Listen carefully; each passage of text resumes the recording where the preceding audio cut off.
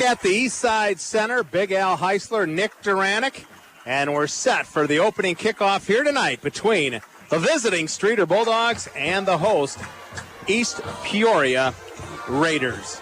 Streator won the freshman prelim game tonight by a score of 47-0. I heard the freshman squad was supposed to be good, but 47-0 in the prelim is awfully good. You know, when you walk in on that, as we did there about midway, late way through the fourth quarter, and I looked at that scoreboard, I went up to athletic director Kevin Wargo to ask him, is that honestly the right score there? I wasn't sure if it was backwards or if it was just a misprint there, but, it was nice to see that the freshman Bulldogs get off to a great start with that shutout here. Bulldogs will be in their away white tops and pants. They'll have the red helmets, the red numerals, lettering, and trim. East Peoria will be in their home dark uniforms, the maroon and gold. Beautiful complex here in East Side. They have the turf field. Streator won the toss. Bulldogs deferred. East Peoria will receive the opening kickoff, and the Raiders will go from left to right here to start the ball game. Just want to throw out a quick reminder that, as Al mentioned right before we got started with pregame, that WSPL now also on FM 98.5, which means, in past years, Al, once you got about 5-6 miles outside of town, you really couldn't pick up the AM signal, but now the FM signal, that goes pretty far. So if you get a little bit of a choppy AM signal, just ship it on over to FM 98.5, and you'll get a nice, clear signal throughout the night. Alonzo Flores, a 6', 185-pound junior, will kick off for the Bulldogs. Ball teed up high at the 40-yard line, and we're set for the start of the 2016 high school football season. Flores gets his foot into it. It's a line drive kick taken at the 22-yard line and returned to the near sideline. And that is Trevor Calhoun, a 6', 185-pound junior. He'll be upended at about the 30-yard line, and the Raiders will have it there first and 10. That was great coverage to see right off the bat there from the Bulldogs, only limiting him there to about 8 yards on that return. So we'll start it off there at the 31-yard line as we'll head south here on the field for the Raiders. Quarterback for East Peoria will be Hunter Purdue, a 5'9", 155-pound junior. In the backfield, Austin Jordan, a 5'9", 170-pound junior. Also, Quinn Jansen, a 5'9", 185-pound junior. And Clay Gareth, a 5'9", 155-pound junior. Raiders will go with a two tight end formation. Give to the first man through, and he's got some running room. And he'll get out past the 40, out to about the 43-yard line. Austin Jordan. And that'll be Austin Jordan. And he'll pick up a total of 18 yards. Raiders front line there pushing up pretty quick to open up that hole for them, and not what you want to see there on the first play if you're on the side of the Bulldogs. And a double tight end, it'll be Trevor Calhoun, a 6', 185-pound junior, and Jacob Wright, a 6'2", 165-pound senior. First and 10 Raiders, ball, or it's at the 44-yard line, excuse me, so that would have been a gain of 13 for Jordan. They're going to run it on the far side, and once again, that's Jordan. He's out past the 45, midfield stripe, fumble on the play. Huge pileup at about the Bulldog 45-yard line. No indication yet on who has it, and it looks like East Peoria fell on the ball, but not before Jordan got the Raiders in the Bulldog territory, and they're going to mark it at the 47-yard line. So it'll be a pickup of 8. It'll be 2nd and 2. Now they're going to say gain in 9. They're going to mark it. 2 carries, 22 yards for Jordan here. 2nd and very short. They'll give it straight up the middle, some running room, and enough for the first down to the Bulldog 40-yard line. Raider front line doing a really good job right now of pushing up and making those holds for their two backs there and able to get some big yardage so far. So only 3 plays in, and they've already gone over 30 yards as they're already into Streator territory. Pickup of 2 for Gareth, and it'll be 1st and 10 at the Bulldog 40-yard line. Jordan, the man in motion, and the give to the fullback, and not much, a yard, maybe 2, and it'll be 2nd and 8 at the Bulldog 38-yard line. And the carry to Quinn Jansen. You had your cornerbacks coming in there, and your linebackers doing a little bit of an extra blitz there to shut down the rush defense that time and only give them a very short gain. They're only going to give them one. Here I'm being generous on the first game of the season. 10:05 to go first quarter. East Peoria on the drive. 2nd and 9 at the Bulldog 39-yard line. And they're going to pitch to the near side and a little bit of an opening before the Bulldogs finally catch up with the carrier at the 35-yard line. It'll be a pickup of 4 for Gareth. 2 carries, 6 yards. And East Peoria will have it 3rd and 5 at the Bulldog 35. Raiders coming nothing but on the ground here to start off their drive. 9.5 minutes to go, opening quarter play at the East Side Center, East Peoria, Illinois. East Peoria has taken the opening kickoff from its own 31-yard line, has driven it down to the Bulldog 35-yard line. Man in motion is Jordan. It'll be the jet sweep, and the Bulldogs thought he had him, but he picked it up to the middle, and he'll get inside the 30 down to about the 28-yard line, and he's going to have enough for the first down. Mario did 5, and he picked up 7. Mario Diaz was able to get in the backfield, just not able to wrap him up there on the feet. Tripped him up a little bit, but Jordan was able to regain his feet and get another first down. Jordan now 3 carries for 29 yards. Raiders have the ball at the Bulldog 28-yard line, approaching 9 minutes to go in the first quarter. And the give straight up the middle, and that is Quinn Austin, and he just barrels his way inside the Bulldog 20 down to about the 15-yard line. He's going to pick up 13 yards.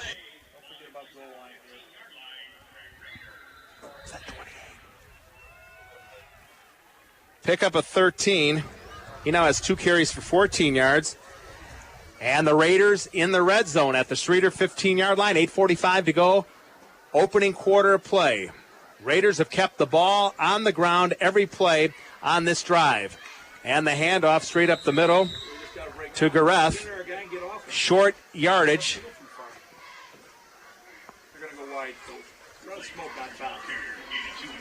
He'll pick up 2, 3 carries for 8 yards.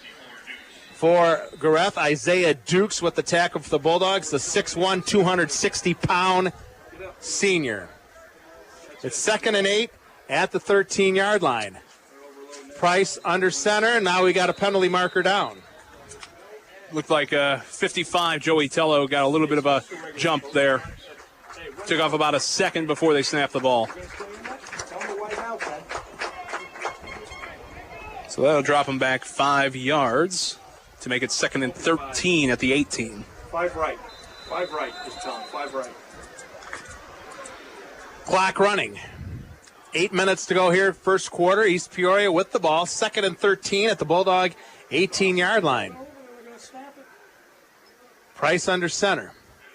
And he's going to keep it. Bulldogs string it out. A good tackle. It'll be a loss on the play at about the 21-yard line. Preston McCulley, one of the first players there for the Bulldogs.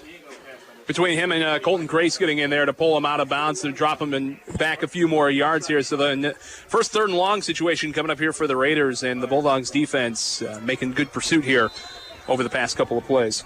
Loss of 4 for the quarterback Purdue back at the 22-yard line. 7:45 to go, scoreless first quarter. You would think a passing situation for the Raiders, but they like to run the ball. 3rd and 17 at the Bulldog 22-yard line. Jordan, the man in motion. Purdue will fake to him. Now he's going to throw it in the end zone. Has a receiver, but it hung up just a little too much, giving the Bulldog receivers a chance to make up some ground, and they deflect the ball away at the last second, but the receiver was open initially. Looked like Colton Grace got in there to break it up there, and that was great defense, great coverage there for the Bulldogs to bring up a 4th and long situation, and it looks like the Raiders are going to set up to go for it. Fire right. Send Mario. 4th and 17 for the Raiders at the Bulldog 22-yard line. Receiver split wide to the left.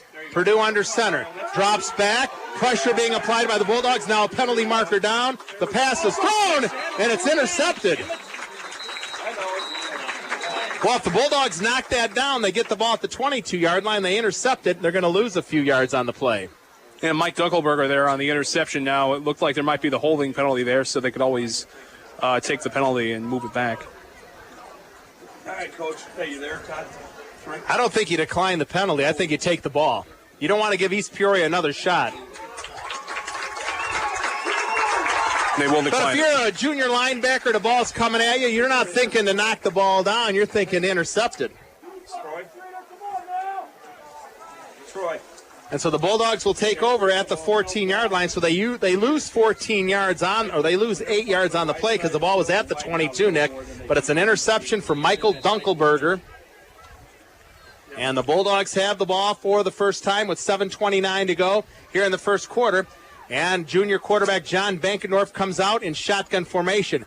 Handoff to the fullback, and that'll be Todd Dunkelberger, the older brother of Mike Dunkelberger. To the 15-yard line, it'll be a gain of 1. Raiders were able to plug up that middle hole there quickly to limit it only to about a yard there. John Bankendorf, the starting quarterback, a 6'2", 185-pound junior. Dunkelberger, the fullback, a 5'7", 200-pound senior. The tailback will be Dawson McStutz, a 5'6", 170-pound junior. And the Bulldogs will go with a 4-receiver set. They have trips to the far side, single receiver to the near side. Bankendorf, shotgun formation, will hand off, and not much yardage there, maybe another yard. It'll bring up 3rd and long.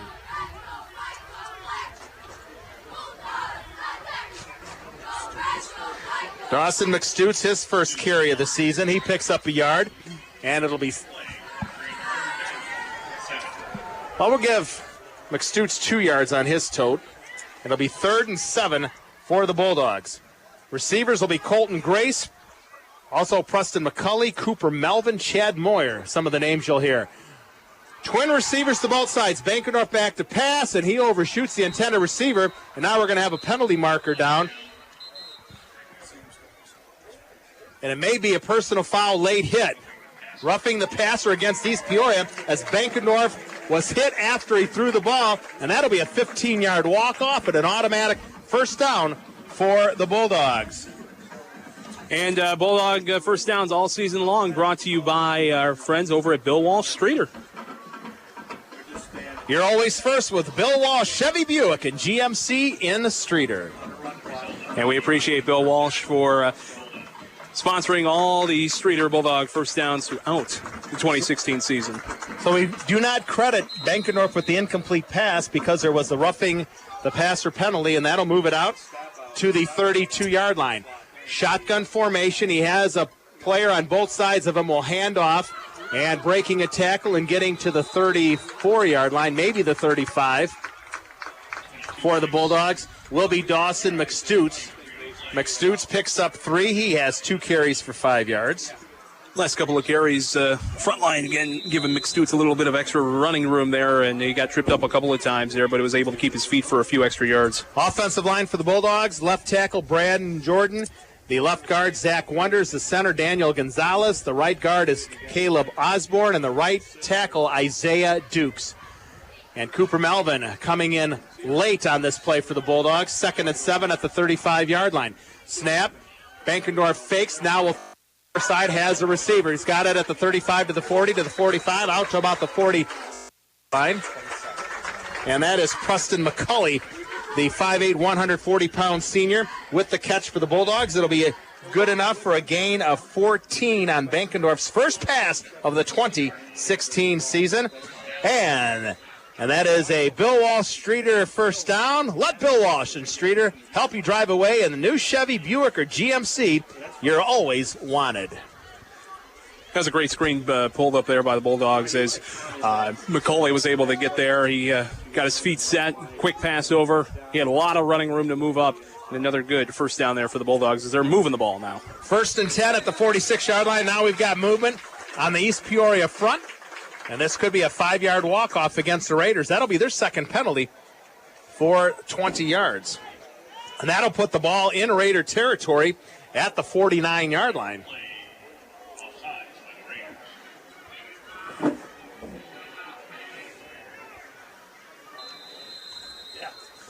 .450 and counting to go in a scoreless first quarter. East Peoria and Streator from the East Side Center in East Peoria. Streator has it 1st and 5 at the 49 of East Peoria. And now a fumble on the play, and it looks like the Raiders have it. And that play did not look good from the start. And it's recovered by the Raiders. And I don't even know who had the handoff. And it was McStutz. Didn't look like McStutz was able to get a good grab on that when he got the handoff there. We're going to say a loss of 1 because the ball's at the midfield stripe. So a loss of 1 on the carry for McStutz. He fumbles it, and the Raiders get it back at the midfield stripe with 4:37 to go here in quarter number 1.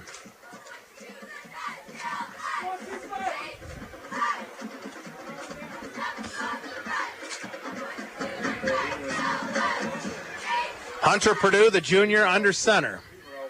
And he's going to pitch it to the far side to Jordan. And he'll pick up about 3 yards to the 40. Now they're going to give him a pickup of 4 to the 46. A gain of 4. Jordan now 4 carries for 33 yards. It'll be 2nd and 6.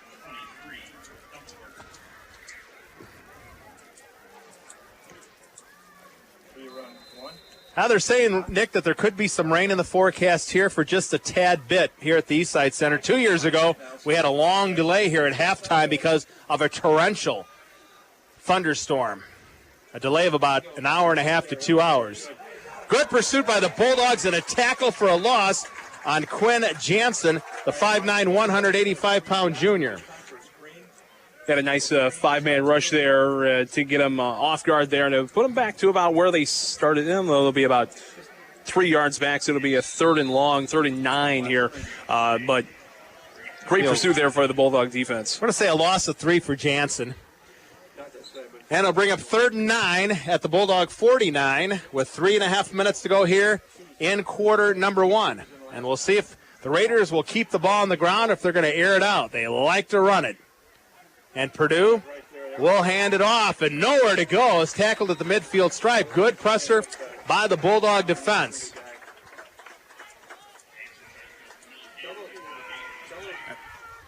That was Jason Joplin with the tackle for the loss there. Took him back about half a yard there, but he'll bring it back. And to the original line of scrimmage, it looks like the Raiders are going to have their first punt of the game here.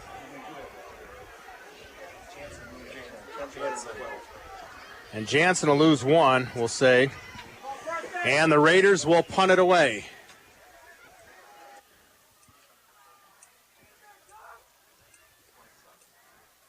McCulley back to receive for the Bulldogs. Low snap. And a short punt. It'll be end over end, and the Bulldogs will get away from it. Then it takes a bounce the other direction. So it's going to be a short punt. It'll be down at about the 33-yard line. So it's going to be about a 17-yard punt. And the Bulldogs will take over in decent field position with 2:29 to go in the first quarter in a scoreless ball game. 0-0 our score. And this is the Solon Telford Funeral Scoreboard. Jason and Dolly welcome Joe Rabbit to the staff of Solon Telford Funeral Home and are proud to be a member of the Streator community.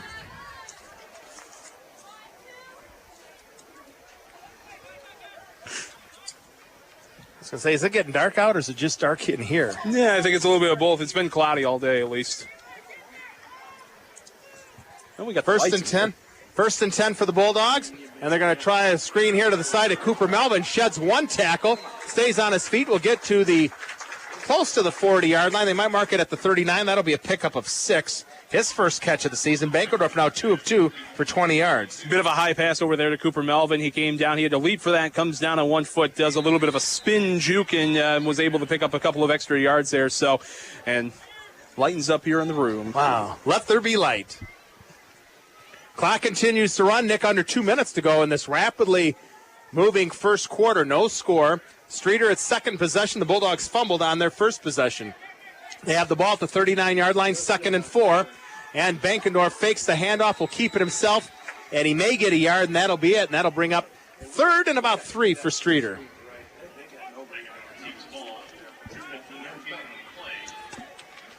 It's been all about short yardage so far for the Bulldogs. They had a couple of big passes in their last drive, but they're keeping inching on away, so they'll have about a 3rd and medium here to go. I think their fumble on the last drive was also on a 3rd down. Forgot to mark that down for myself. 3rd and 4 for Streator. Ball at their own 39-yard line. 70 seconds to go here in quarter number 1 at the Eastside Center. Bankendorf shotgun formation. Will hand off to Diaz straight up the middle. Nowhere to go, and the Bulldogs will be about 2 yards short of a first down. As Diaz will pick up 2 to the 41. Now they're going to say 1. I'm being generous in week 1 of the season. I'm giving the Carriers an extra yard, and officials are moving it back. 40 seconds to go in the first quarter. Now it looks like Bankendorf's on to punt on 4th and 2 at the 41. Dunkelberger's the punter, so we're going to see what happens here. And Bankendorf will punt it away. High punt. That may set up something for later on if they try to fake it, Nick. And the punt will be down at about the 26-yard line. That was a great punt there by Bankendorf. Puts East Peoria deep into their own territory. And East Peoria was a little confused there, as you saw right before the punt. They didn't have anyone back to return. Then Cole Morton went back to be the return man, but no return there. And it'll set them up at the 26-yard line as we're just seconds away here from the end of the opening quarter. Hey, you can talk to him on the quarter. East Peoria with the dark uniforms, the gold numerals. A little tough to read. Can't be as bad as Herscher last year on the last.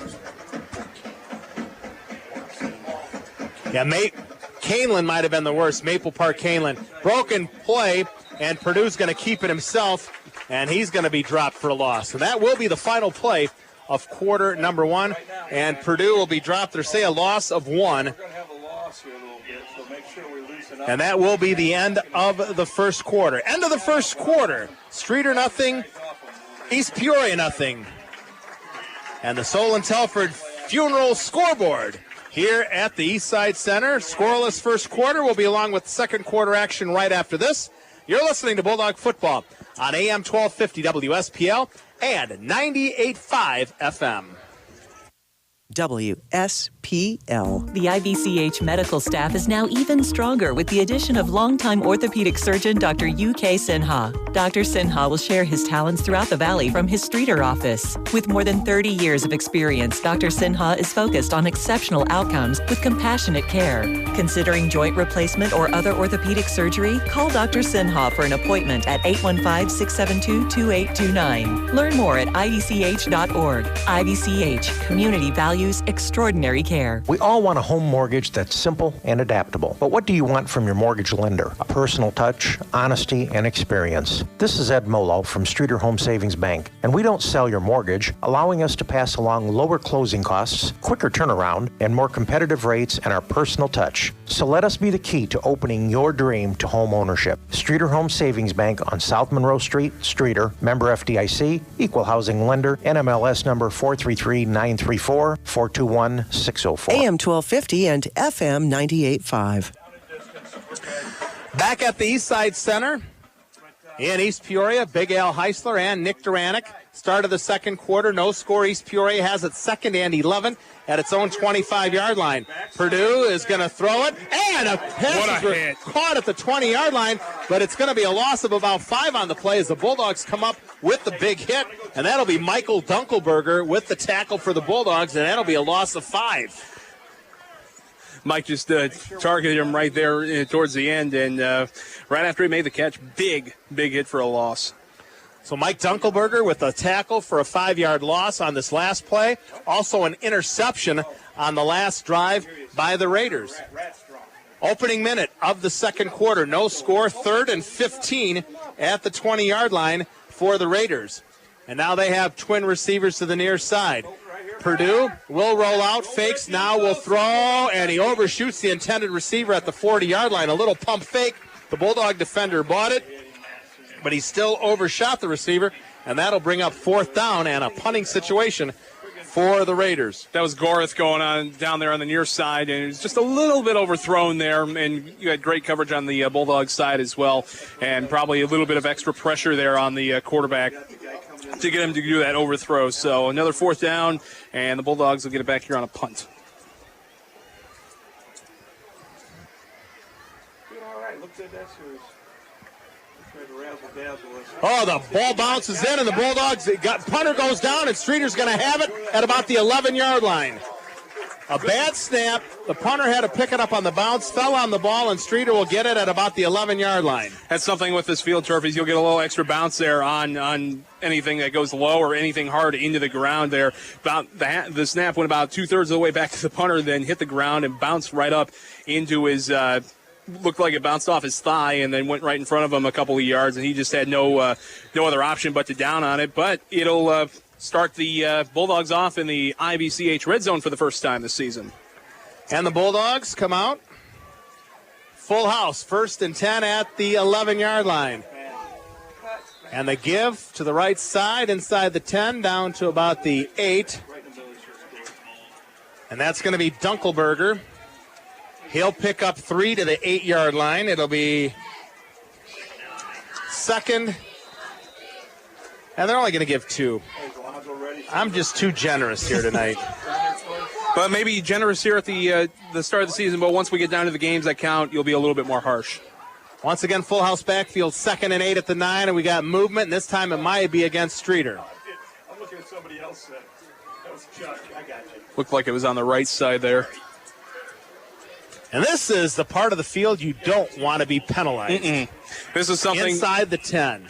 This is an area where Streator had some trouble last year, where we're getting a lot of these pre-snap penalties, and that really kept pushing them back last year, including in situations like this, which probably kept a lot of games off the scoreboard. 10:20 to go here, quarter number 2. Bulldogs, their first penalty, 5-yard walk-off, now makes it 2nd and 13 at the 14. 4 receivers set, trips to the far side. Bankendorf, shotgun formation, fakes to the fullback, and now the blitz, and it didn't get picked up, and Bankendorf will be dropped back at about the 23-yard line, and he is still down. Not something you want to see with John after he came in halfway through the season last year to get something going here for his sophomore year, and then only their their third drive here of the game, and he goes down hard. It was a very nice clean hit there. I believe that was number 55, Joey Tello, coming in to make the hard snap on there. But the nice thing is with the Bankendorf, he was able to get up almost right away here after a few seconds. Lost back to the 23-yard line. That'll be that'll be a loss of 9. They're going to make Bankendorf come out for a play. Appears as though he had the wind knocked out of him. We hope that's all that happened to him. Or he landed on the ball, got the wind knocked out of him. It'll be 3rd and 21. Looks like Trevor Sember's coming in for... Back at the 23-yard line. Trevor Sember coming in to take over. 5'10" sophomore. So trip receivers to the left side. Sember takes the snap. Will give to Dunkelberger. Dunkelberger straight up the middle, inside the 20. Fights his way down to about the 16. He'll pick up about 6. And we'll see if the Bulldogs... Yeah, Alonzo Flores is coming out. So will try a field goal attempt. They have Flores, who's an excellent kicker. Trying to see where the wind is blowing right now.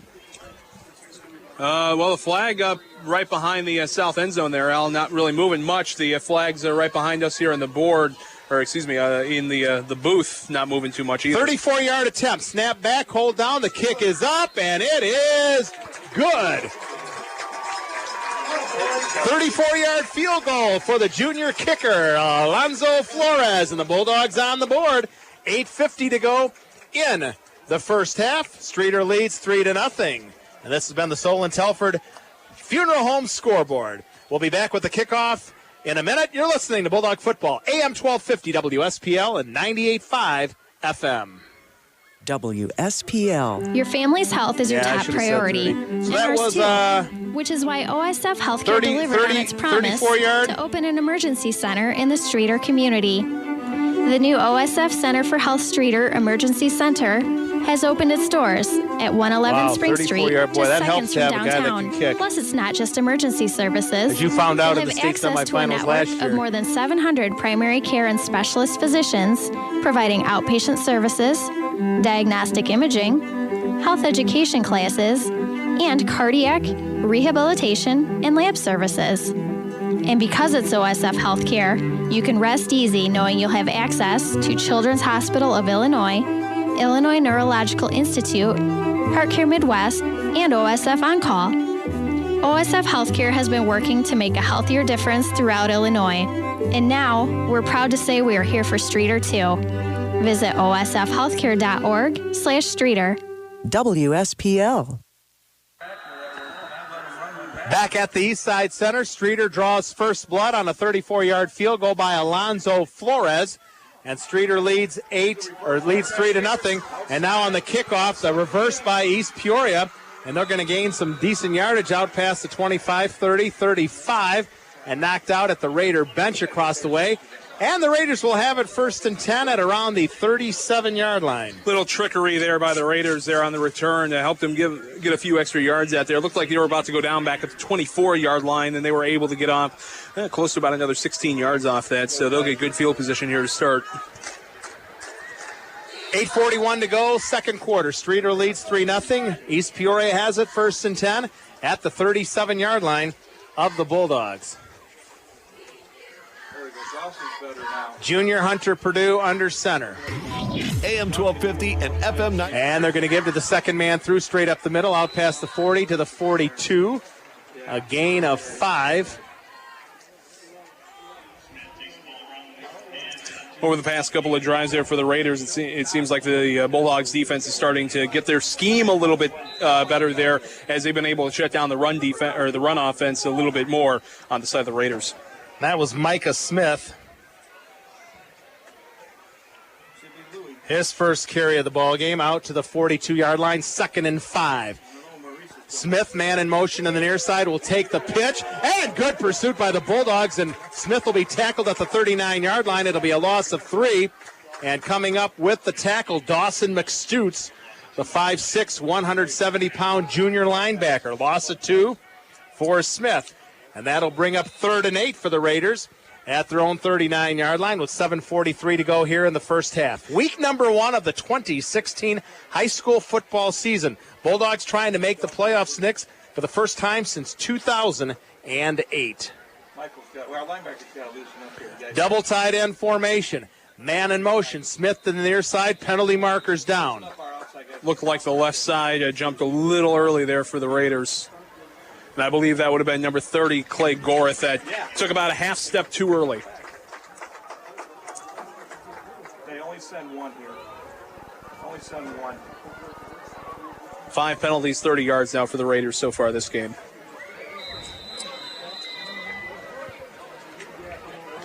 So that'll make it 3rd and 13 for the Raiders at their own 34-yard line. Purdue nicking the ball game 1 of 4 for -5 yards and an interception. Purdue rolls out to the right.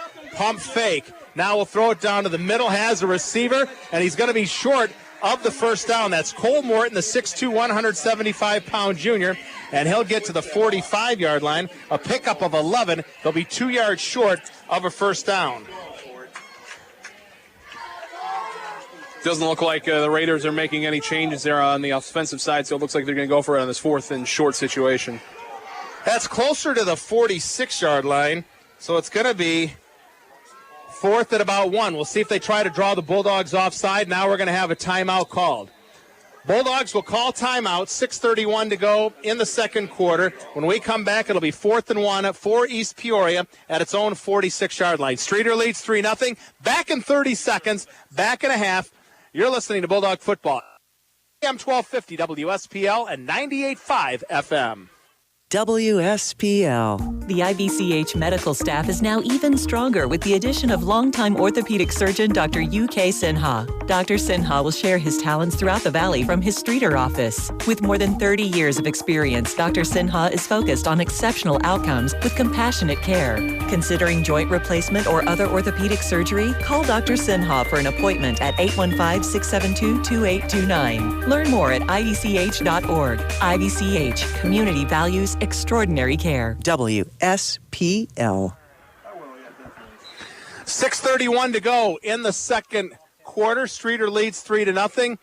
And maybe, Nick, the biggest play of the game to this point, East Peoria going for it on 4th and 1 at their own 46-yard line. And now we're going to have another timeout, this time called by East Peoria. A little chess match going on between the Bulldogs and the Raiders. 6:31 to go in the first half. We'll be back in 30 seconds. Streator leads 3-0. You're listening to Bulldog Football, AM 1250 WSPL and 98.5 FM.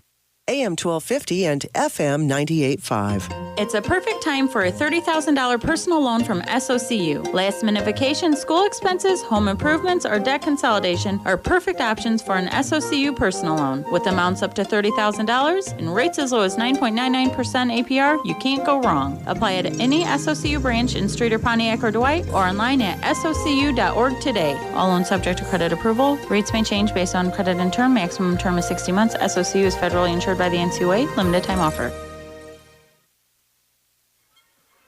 WSPL. Back at the East Side Center, 4th and 1 for East Peoria. It's own 46, and the Bulldogs will stop it. Bulldog defense comes up with a stop at the 45-yard line, and Streator will take over 1st and 10.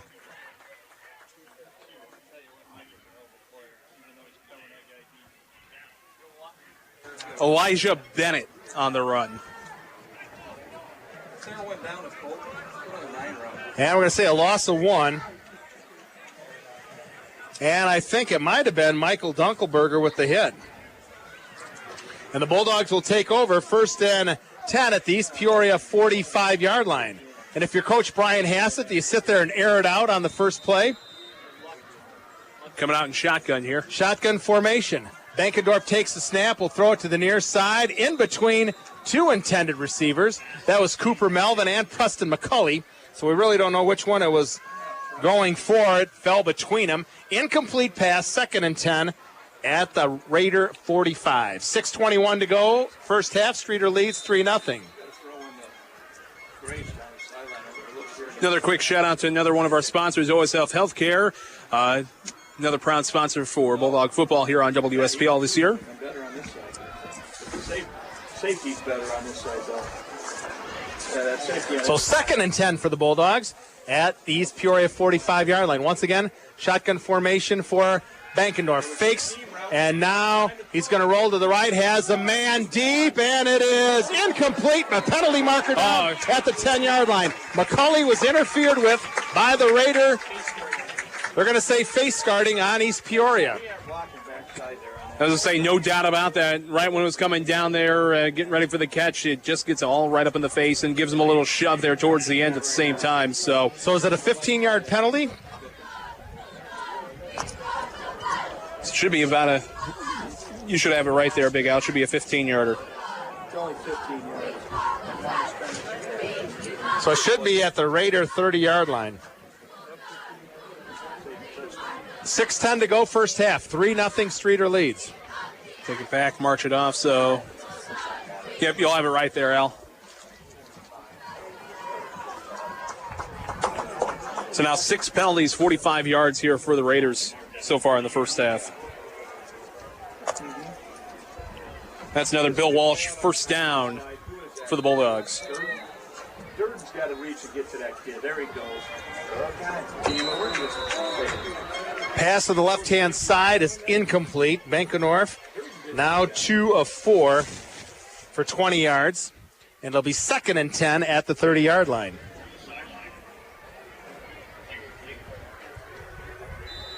It has cooled down once the sun has gone down here at the East Side Center.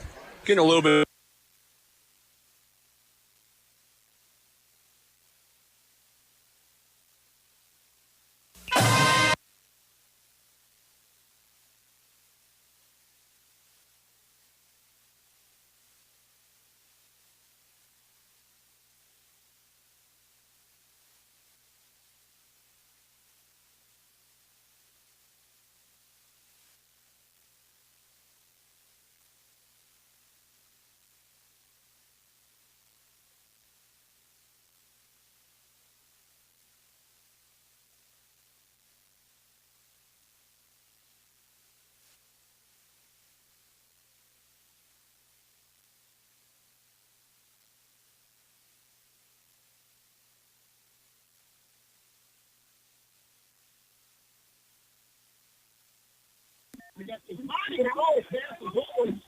At the 20-yard line, but it falls incomplete.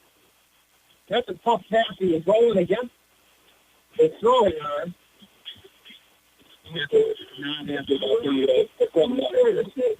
After that incomplete pass, he ran out there. He's just a scout. They got an injury there on the far side.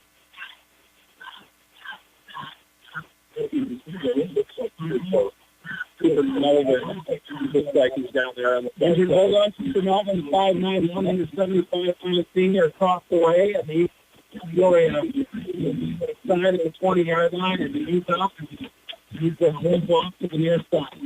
He's going to go in the first half. 3-3, I think, but he's 4th and 10 for the Bulldogs at the Raiders' 30-yard line. You coach Brian Hansen, what do you do here? That's a long field goal attempt for a kicker.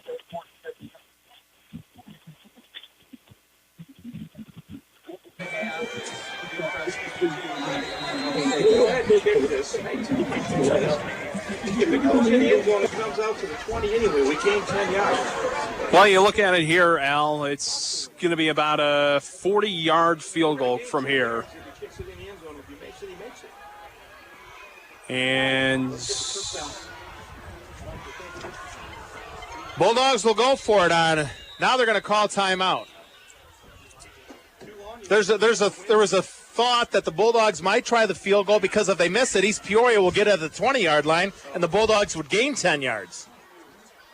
So really, what do you have to lose?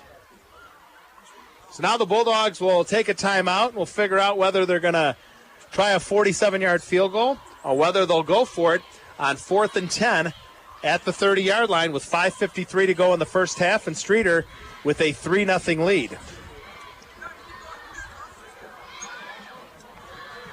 Also good to let another sponsor in here for the game, Al, and that is Streator Home Savings Bank, where they've been in business in Streator since 1894 for savings, checking, and certificates of deposit. Streator Home Savings Bank, 132 South Monroe Street in downtown Streator. Glad to have you aboard for Bulldog football. Now, after the timeout, it looks like the Bulldogs are going to still go for the first down.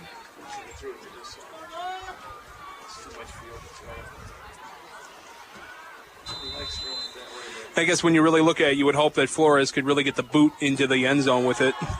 Pass was thrown behind the intended.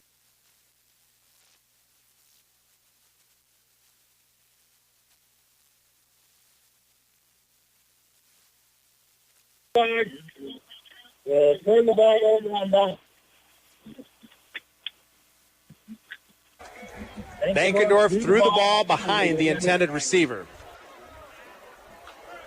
So East Peoria will get it back at its own 30-yard line. See if the Bulldogs try for the field goal and miss it.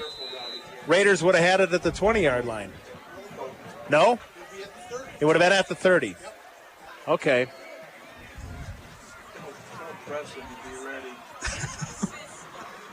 Right now, Michael's got white. We'll have to check into that. There you go.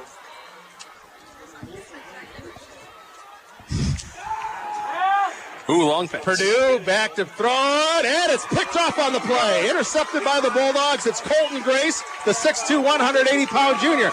At inside East Peoria Terry at the 50, the 40, the far side, down to the 30-yard line, and Streator gets it back on the interception by Colton Grace. It'll be 1st and 10 Bulldogs. Purdue was trying to go long with that first one there and went long on his receiver there on the right. I believe that was Cole Morton he was going after, and it was a little underthrown. Grace was right there to pick it off about 5 yards short of where Cole Morton was, and he gave it a good return, so it looks like they're basically back to where they left off here on their last drive. I think they're going to have a block in the back on the Bulldogs during the return.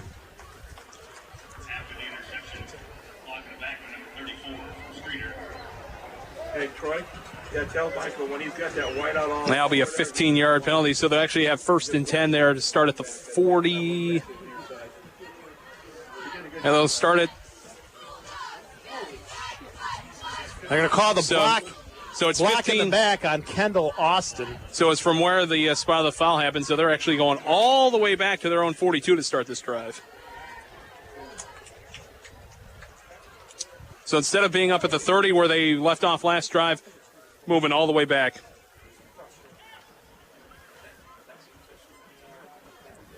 Can never get that, though, on a great interception return there by Melvin. Or excuse me, Colton Grace. And it now comes back because of the block in the back. 5:33 to go first half. Streator, thanks to a 34-yard field goal by Alonzo Flores, leads East Peoria here at the Eastside Center. And now after the Colton Grace interception, the Bulldogs have it at the 42-yard line. Handoff to the near side to Dunkelberger. And there was a lot of east and west running, but not a lot of north and south. And you know that's one of my pet peeves. Mm-hmm. You finally started going south a little bit and was able to pick off about 3 or 4 yards there. So at least a moderate gain out of all that running around. You can only pick up yardage going north and south. Gain of 2 to the 44. 5 minutes to go, Nick, here in the first half. Streator up 3-0. 2nd and 8. Bulldogs at their own 44-yard line. Moyer split wide to the near side. Colton Grace to the far side. Bankendorf shotgun formation, takes the snap. Will give to Dunkelberger. Now he turns it upfield, out past the 45, out to about the 46. Picks up another 2. 5 carries, 13 yards only. 3rd and 6 at the 46. 4.5 minutes to go here in the first quarter.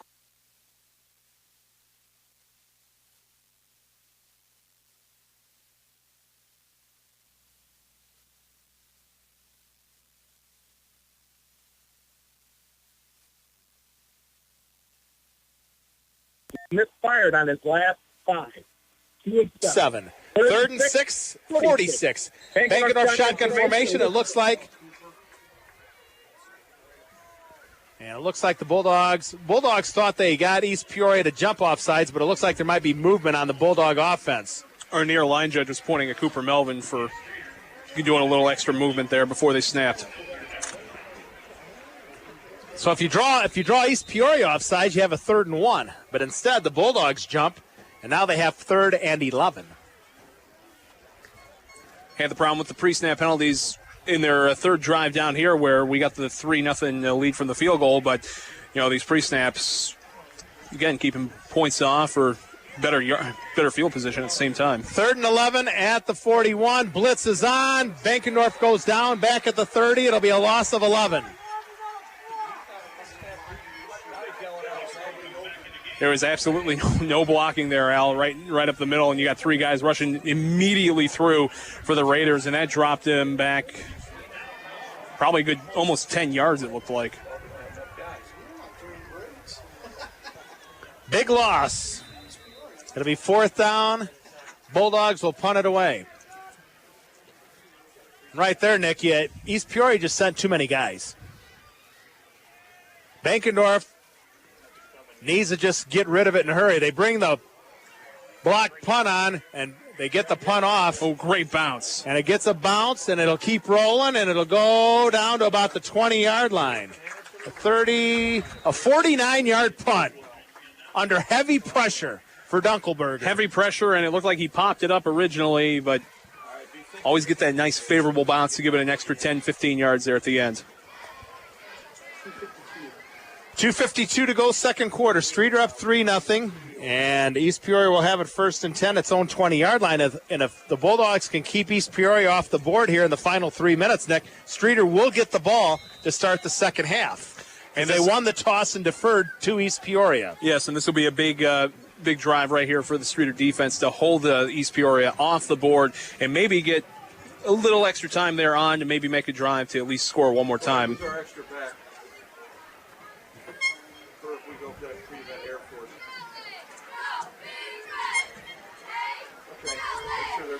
Purdue in the ball game is 2 of 6 with a pair of interceptions. Penalty marker down again.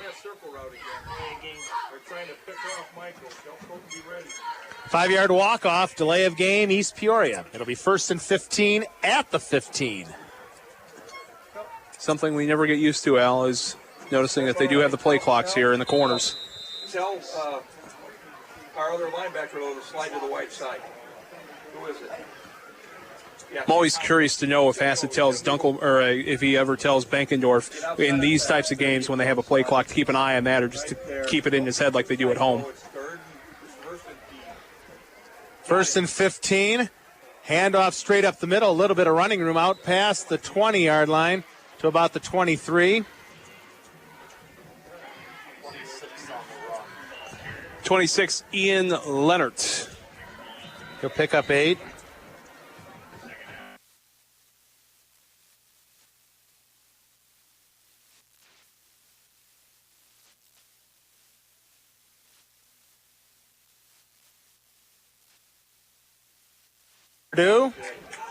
And good pursuit by the Bulldogs. Fumble. Are they going to say that he was down? I think one official says he was down. And Dunkelberger almost came up with a fumble recovery. He's already had an interception. Two interceptions. 2 turnovers the other way for the Bulldogs off a fumble, and then they also turned it over on It's a loss of 1. 1:45 and counting to go in the first half. 3rd and 8 at the 22 for the Raiders. Purdue, they'll counter to the near side. A little bit of running room, and it looks like they're going to have enough for the first down. And that will be Micah Smith. And that'll be a gain of 10 for Smith. I think one thing the Bulldogs defense is going to have to look to do to improve here in the second half when we get there is try and plug up that middle a little bit more. They were doing it pretty well for a couple of drives there, but, the past couple of drives for the Raiders, keeping the middle a little bit closed and holding them at least low yardage on the rush has been good, but they've been doing good pass defense so far. East Peoria calls timeout. Each team now with 1 timeout left here in the first half. 1:27 to go in the first half. Streator leads 3-0. Back in half a minute. You're listening to Bulldog Football on AM 1250 WSPL and 98.5 FM.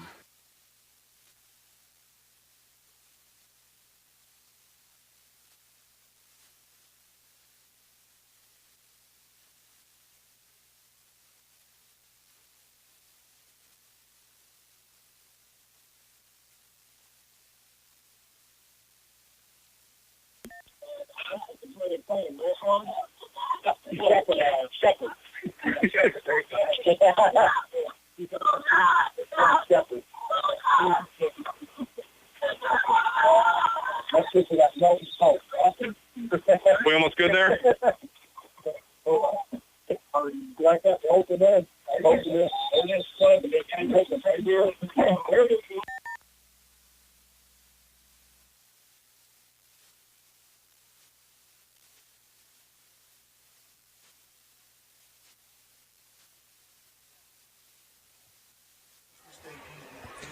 Back at the East Side Center.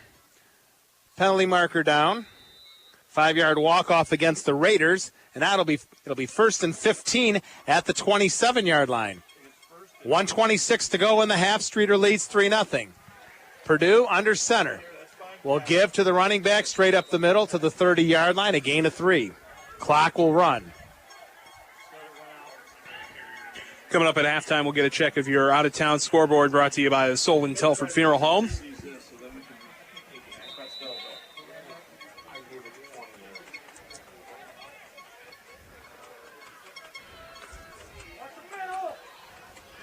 Under a minute to go in the half. 2nd and 12 at the 30-yard line.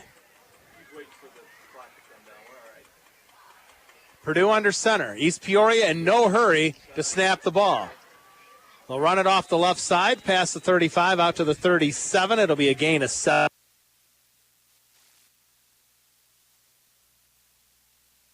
I want to see about 35 seconds to go in the first half. Bennett with the carry. You go down. Taking the final play of the half. Now the 20 seconds, 35 at the 37-yard line. Looks like the right side jumped a little early there. That would have been the right guard, Copeland. Jumped a little early there on the Raiders side.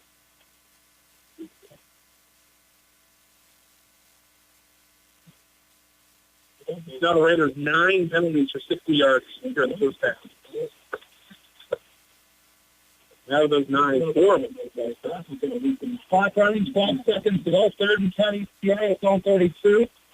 They might just wait to get one more playoff here at the half. They might not.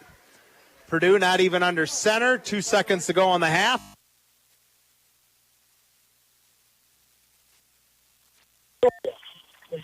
Thanks to a 34-yard field goal by Alonzo Forbes with 8:50 to go in the second quarter. Streator leads East Peoria by a score of 3-0. We'll take a break. We'll come back, and we'll give you the scoring summary, which we just did, that and team and individual stats of the first 2 quarters here this evening. Halftime at the Eastside Center. Streator leads East Peoria 3-0. We'll be along with the halftime show right after this. You're listening to Bulldog Football on AM 1250 WSPL and 98.5 FM. WSPL. The forensic analyst searched for the clue that would lead her to the arsonist. Traces of starch all around the wreckage of the house. Suddenly, all the pieces came together. The fire was started by an over-microwaved potato? But the scorched house was covered, thanks to Farmers Insurance. Hot Potato, July 25th, 2015. Talk to a farmer's agent. We know a thing or two because we've seen a thing or two. We are farmers. Bum, bum, bum, bum, bum, bum. Come see me, Matt McMullen, your Farmers Insurance agent, at our new office at 424 East Main Street here in Streator. Making funeral arrangements can be one of the hardest things a person can do. That is why today, more than ever, people are choosing to talk about their final wishes before the need arises. My name is Jason Telford, and as the owner of the Solon Telford Funeral Home, I have witnessed firsthand how much easier the funeral process can be when pre-arrangements have been made. Whether you simply express your wishes to your funeral director or fully fund your funeral with nothing more to pay in the future, making funeral pre-arrangements can ease the emotional and financial burden on your family. For more information or a free consultation, contact us today at 672-2320, the Solon Telford Funeral Home, understanding what matters most for over 100 years.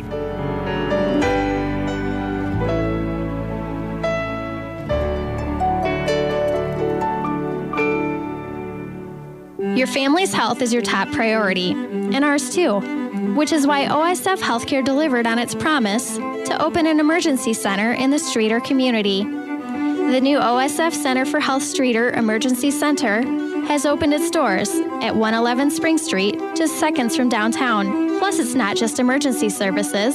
You'll have access to a network of more than 700 primary care and specialist physicians providing outpatient services, diagnostic imaging, health education classes, and cardiac, rehabilitation, and lab services. And because it's OSF Healthcare, you can rest easy knowing you'll have access to Children's Hospital of Illinois, Illinois Neurological Institute, HeartCare Midwest, and OSF On Call. OSF Healthcare has been working to make a healthier difference throughout Illinois. And now, we're proud to say we are here for Streator too. Visit osfhealthcare.org/Streator. WSPL. Back at the Eastside Center, Big Al Heisler, Nick Duranick. Week 1 of the 2016 high school football season is upon us. And after 2 quarters of play, Streator leads East Peoria by a score of 3-0. The only scoring in the first 2 quarters of the ball game came with 8:50 to go in the half on a 34-yard field goal by Alonzo Flores. And that's where we stand here at the intermission. Streator leading 3-0. And, Nick, you look at the stats for the Bulldogs, not much offensively. No. I have Streator with 20 total yards, no yards rushing, 20 yards passing, and that is it. I have Dunkelberger 13 yards on 5 carries, Diaz 2 yards on 1 carry, McStutz 4 yards on 3 carries, but quarterback John Bankendorf has 3 carries for minus 19 yards, and that offsets the 19 yards picked up by the other 3 ball carriers. Bankendorf in the passing department, 2 of 7 for 20 yards. He completed his first 2 passes, but then was incomplete, or he's 2 of 8. He's misfired on his last 6 attempts. I think what you're looking at right now is a lot of the yardage has been helped out by penalties on the side of the Raiders, and a couple of the turnovers there for East Peoria also put Streator in good field position at the same time. But it just seems like, we had a couple of good passing plays, as you just mentioned, just not really getting anything done on the ground. It's the first game getting the jitters out. Obviously, East Peoria is probably going to be doing some adjustments there. They were 9 penalties for 60 yards there in the first half. Streator on their side, they had 3 penalties, including a couple of false starts, which I think on that third drive when Flores booted through the field goal for the 3-0 lead, that pushed them back a few yards, and they were very close to a first down on that drive, in which that could have turned into a touchdown instead. But other than that, when you look at the penalties, they've been good on that end for Streator, 3 for 10. As we were mentioning there in the second quarter, though, Streator's been having some difficulty plugging up the middle, so it's been leading to a lot of rushing yards here for the Raiders in the first half. But on the bright side, though, pass defense has been very, very good on their end. A couple of interceptions there. So you look at the pass defense, it's been good. Rush defense needs a little bit of improvement coming here in the second half.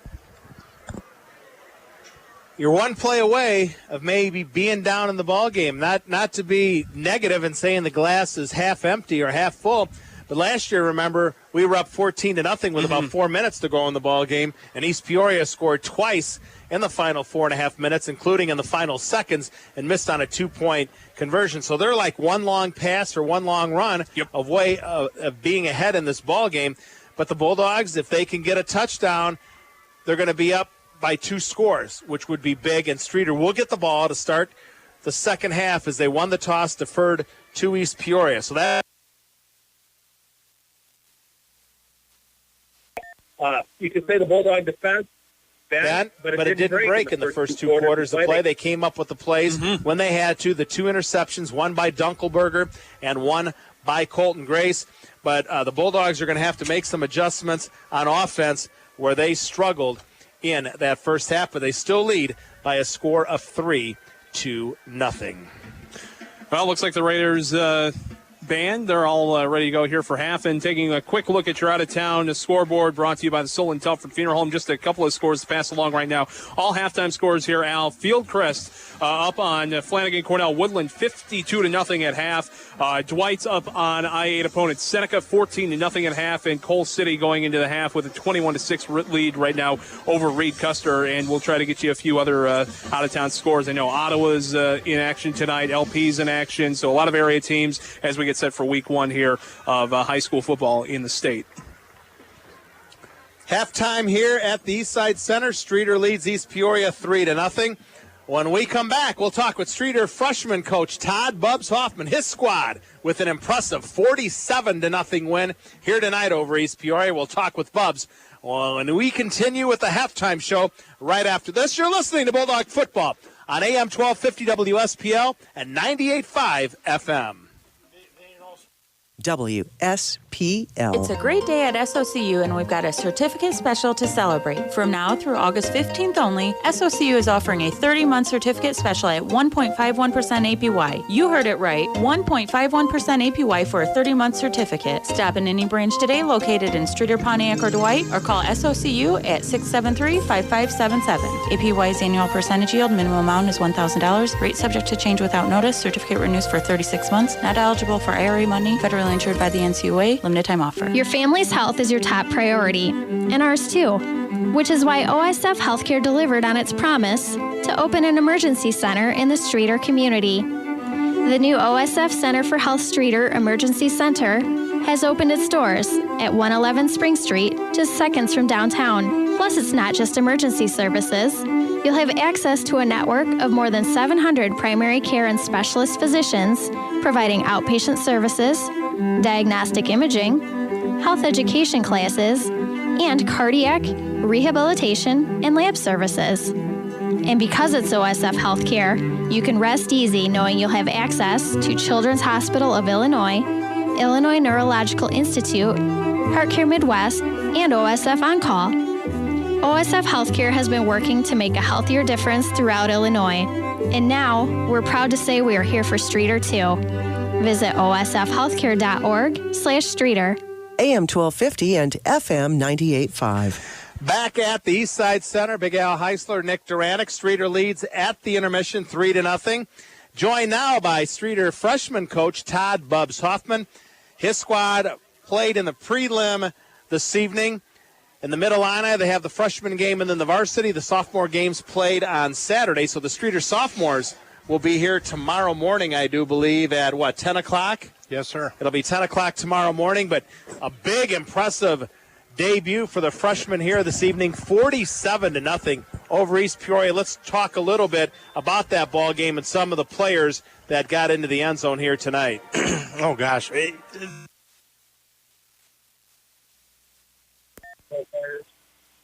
Not even you could screw them up.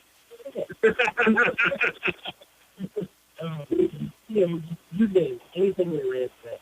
Just play. If it was ISO up the middle. That's a coach's dream. And I think right off the bat, ran Riley Cole on a sweep, and bam, he was gone. I think Cole had a touchdown. Ian Kurchelik had 2 or 3. Ethan Flannery, I think, had one late in the game. Dominic Hawes had one on a sweep, if I remember right. 2-man sweep out of the backfield. I'll have to watch the film. Yeah, I can't remember. I mean, we had 7 touchdowns. I can't remember all of them. That's the kind of film you like to watch, a 47-0 win. Very impressive effort all around. You know, whether it was line, quarterbacks played well, line played well, all the running backs played well. It was a total team effort. Defense played extremely well, I thought. Special teams, really good. You know, we botched a couple extra points. You know, it's something we got to work on next week, but we had a kicker go 5 for 7 on extra points tonight. That's not bad. At the freshman level, it's pretty darn good.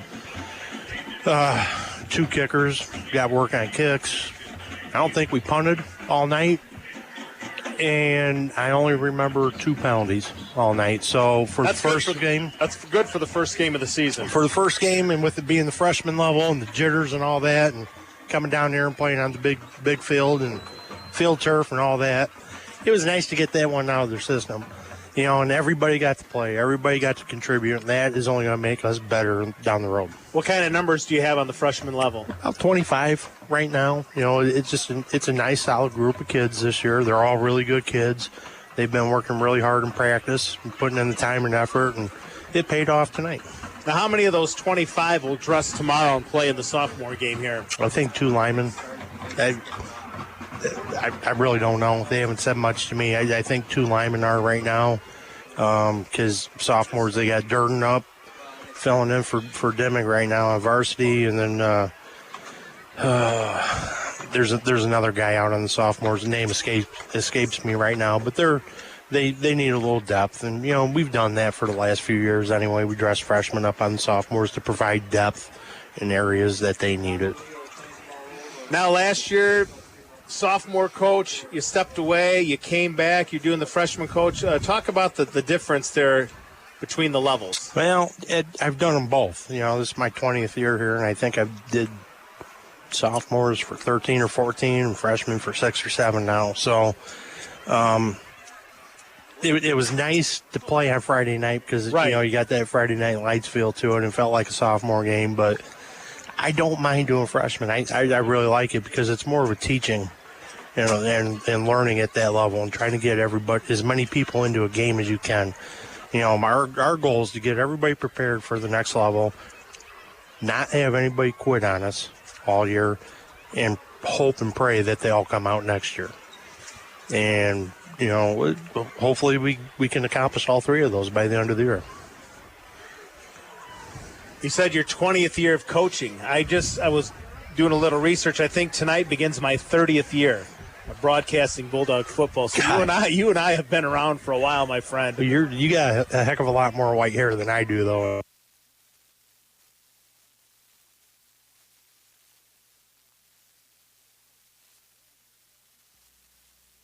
I'm playing on my Little League games. Yeah, they say that. Let's go with that. Let's talk about the first half of this varsity ball game. Bulldogs with only 20 yards of total offense, 0 rushing, 20 passing. What do you attribute that to? it's just kind of a slow-moving game. You know, it's like running mud right now. Hopefully it makes the adjustments that happen. We've had a couple of mix-ups on the way. Lot of blitzes by HPA with the tries to pass. Oh, yeah, Johnny's been under a lot of pressure. He's missed a couple passes. We've dropped a couple passes. At times we've run the ball okay, but we got to get a little tougher on Monday. We got to make sure that their first drive, they took it right down the field, then turned it over down deep in that territory. But sometimes our defense is a couple of interceptions. Very, very We'll take it. You know, we get the ball to start the second half, if I remember right. Right. So, you know, I think we just need to put together one good drive right now and kind of work the kinks out. Be nice to get about a 10-minute drive on the start of the second half would really make things a little better. Yeah. And I think we're going to be in good shape. So we'll see how it goes. You know, opening night, you never know how things are going to go.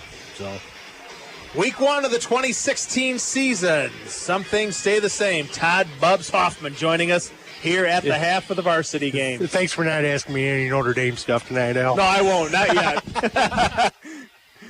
Todd Bubs Hoffman, his squad, an impressive performance tonight. 47-0 over East Peoria here in the varsity contest. Streator leads 3-0. Both teams back onto the field.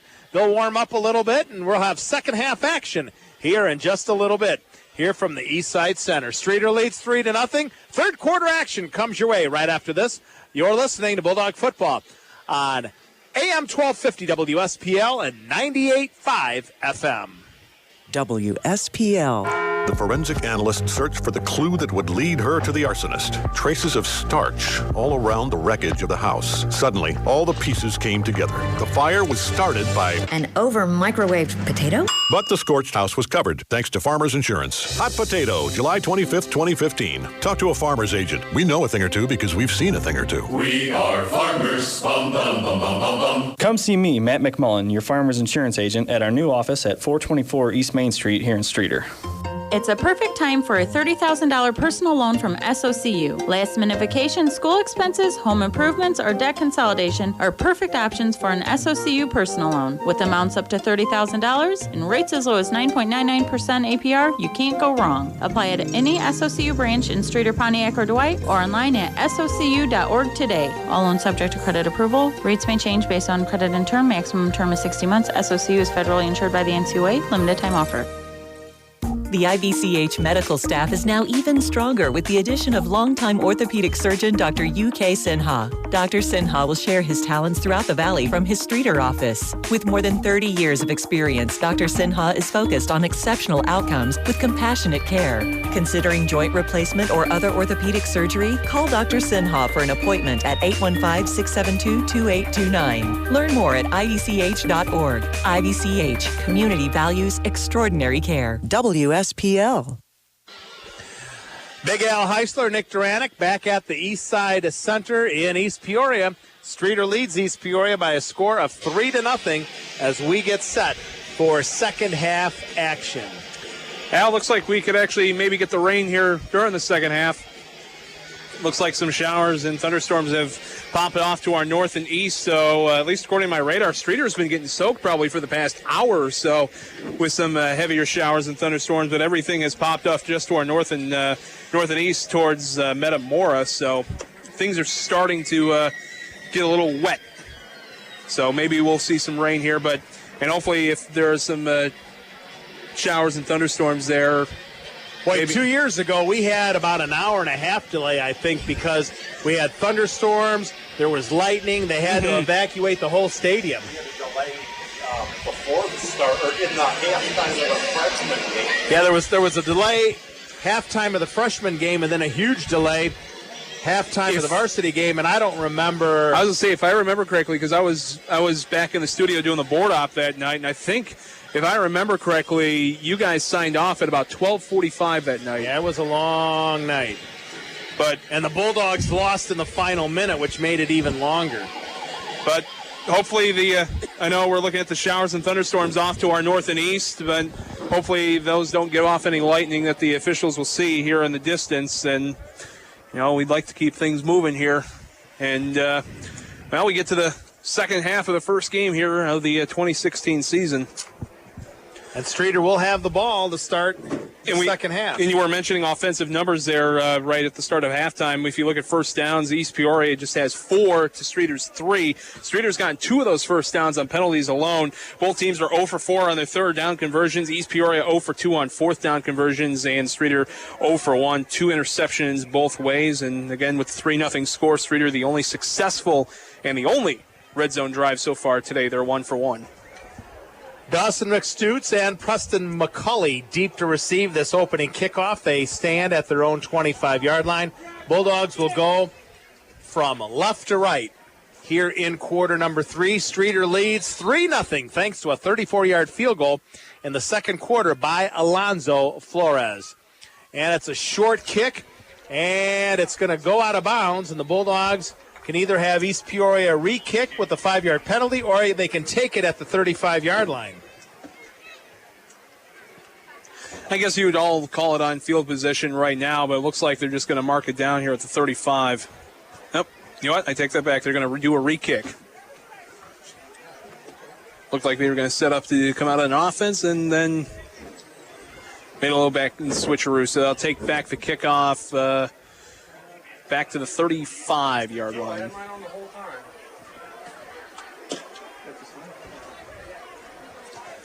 Well, we'll see if this pays off for the Bulldogs.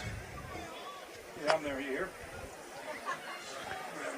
So East Peoria will re-kick this time from its own 35-yard line. Once again, McStutes and McCulley, this time standing at their own 30-yard line. So we'll see if East Peoria still tries a short kick. We'll try to...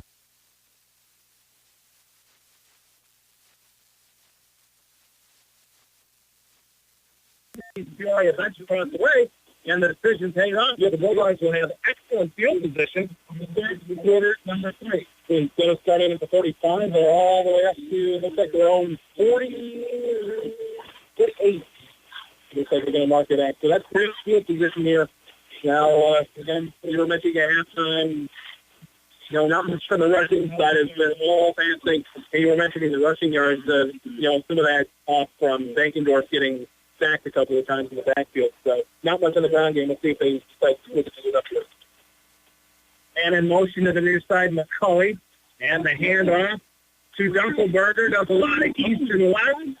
And now try to cut it up the field and nowhere to go. Dunkelberger's had a little bit of a problem going east and west tonight. He's got a lot of yards going that way, but as we said, you only get credit for going north and south. And he's going to lose 2 yards back to the 46-yard line. Looks like we got an injury down there at midfield. The Raiders down there at the midfield line there.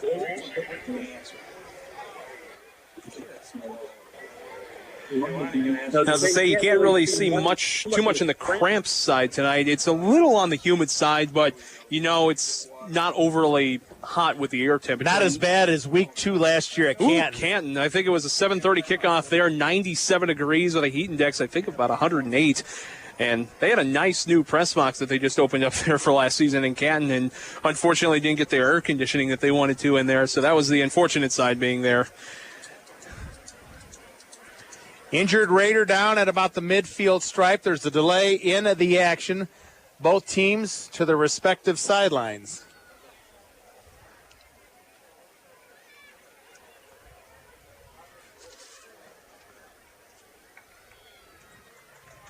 Looks like he's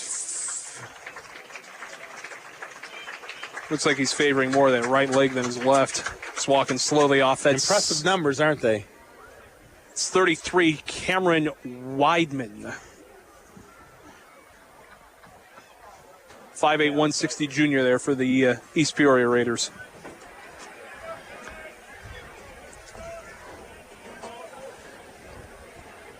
Opening a minute of the third quarter. Streator leads 3-0. It'll be 2nd and 12 for the Bulldogs at the 46-yard line after a 2-yard loss by Todd Dunkelberger. 4 receivers set, twins to each side. Bankendorf shotgun formation at his own 40. Man in motion to the near side is McCulley. They'll fake to Dunkelberger, throw to McCulley at the 45. He's at the midfield stripe, breaks the tackle at the 45, 40, 35-yard line, and we're going to have to wait to see where he's knocked out of bounds. They're going to say he's pushed out at about the 32-yard line. It'll be a gain of 22 from Bankendorf to McCulley, and that'll be a Bulldog first down. Only the second time they've used that quick screen there, and it was on their first one back. It was way back in the first quarter that they were able to also successfully pull that off. I believe it was also to McCulley back in the first quarter where they had that come off, and it was a similar outcome that just happened as well here. So we get an official's timeout. 1st and 10 at the 32-yard line. Officials timeout. 11:11 to go.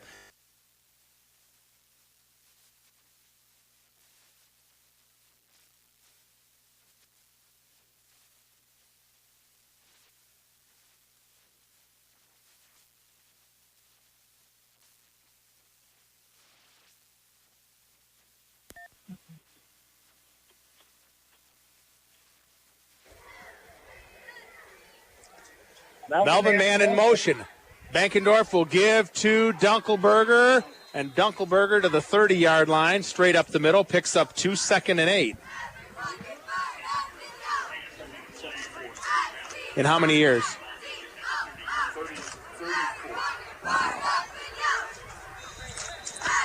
As we forgot to mention now, that passing first down is brought to you by Bill Walsh and Streator. You're always first with Bill Walsh, Chevy, Buick, and GMC in Streator. Clock running, Nick. 10:45 to go, third quarter. 2nd and 8 for Streator at the East Peoria 30-yard line. Handoff to Dunkelberger again. Breaks a couple of tackles at the 25, 20, 15, 10. And he'll be knocked out of bounds. And they're going to spot him. They're going to say that he went out at the 11-yard line. It'll be a gain of 19. Dunkelberger now 8 carries for 32 yards. And an official's timeout. And Dunkelberger's run there. Another Bill Walsh and Streator first down. Let Bill Walsh Streator help you drive away in the new Chevy, Buick, or GMC that you have always wanted. Earlier I said impressive numbers, didn't I? I was talking with new Streator coach Terry Kochis, a graduate. I'm going to say, 1978? 1978 graduate of Woodland High School, and was defensive coordinator at Stark County for 34 years before retiring this past season, and now a member of the Bulldog staff. In Stark County, as you remember, beat Marquette by 3 in the state semifinals in 1A last year before getting beat by Arcola in the state championship. Dunkelberger with the ball straight ahead, lost the ball, fumble, and East Peoria has it at about the 5-yard line.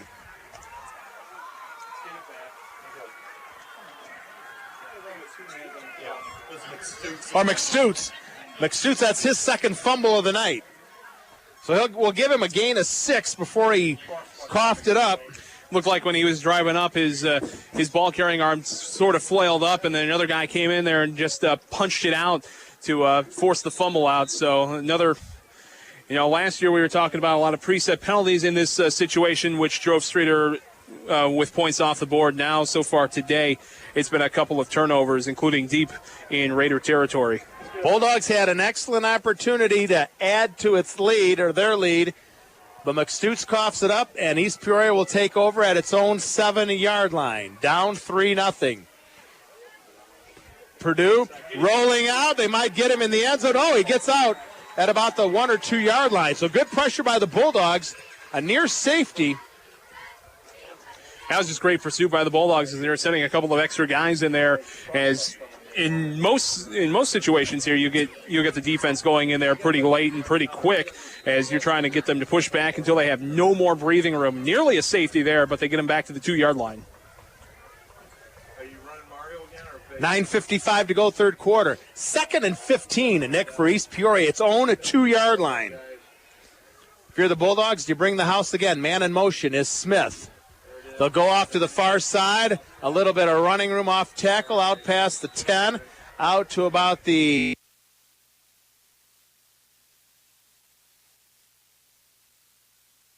We got some jibber-jabbering going on between the players.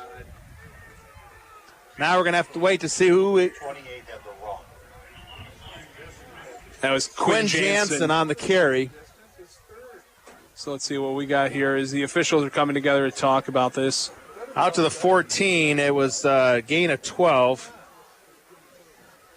Now we're going to have to see who's going to get the unsportsmanlike. Will it be offsetting? Here we go, unsportsmanlike. Streator. That's the only one they're giving. Oh, boy. Well, whoever got that one just cost the team a chance of pinning East Peoria deep.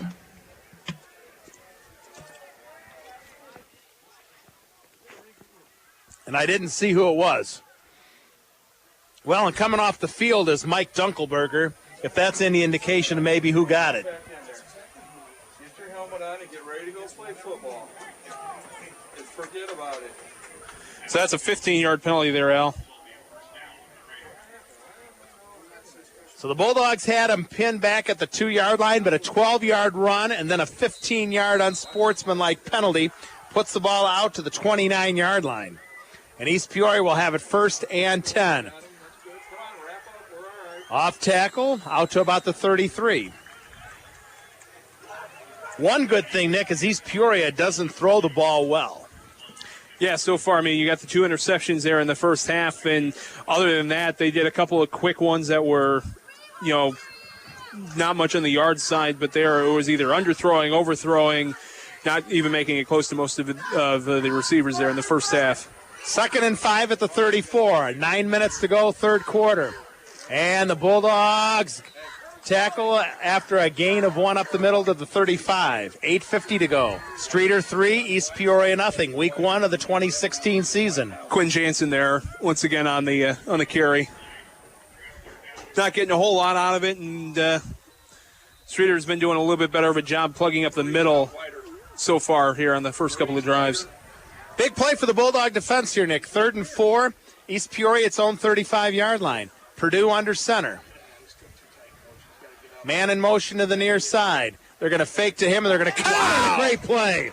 Coming up with a stop. Looked like Dawson McStoots got through there. Was Mario Diaz. I think it was Mario Diaz, the 5'7", 185-pound senior.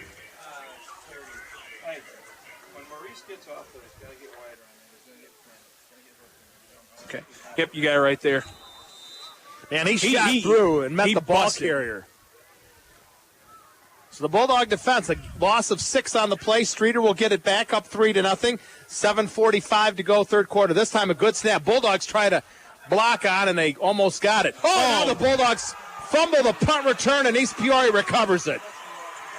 And that might be McCulley.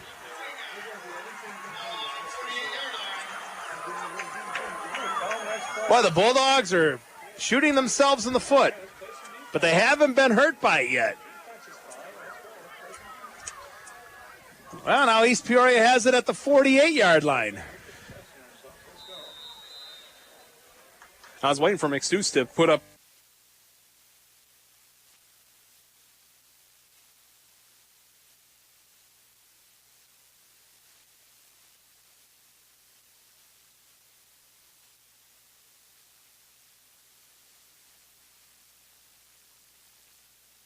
Bulldogs had East Peoria back at the 2-yard line. Now East Peoria, after a run, an unsportsmanlike penalty, and a Bulldog turnover, they have it now at their own 48-yard line. Purdue is going to sit there and take it on the run to the far side. It looks like he's going to be tackled for a loss, but he's going to gain, let's say 2 yards just shy of the midfield stripe.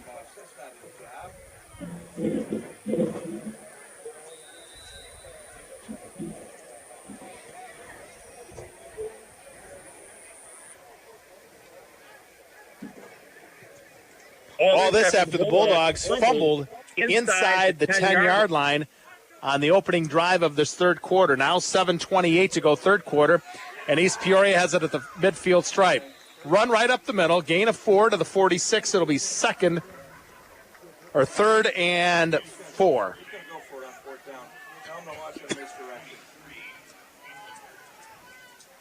This will be the 6th conversion coming up here for the Raiders. They're 0-5 so far in the game.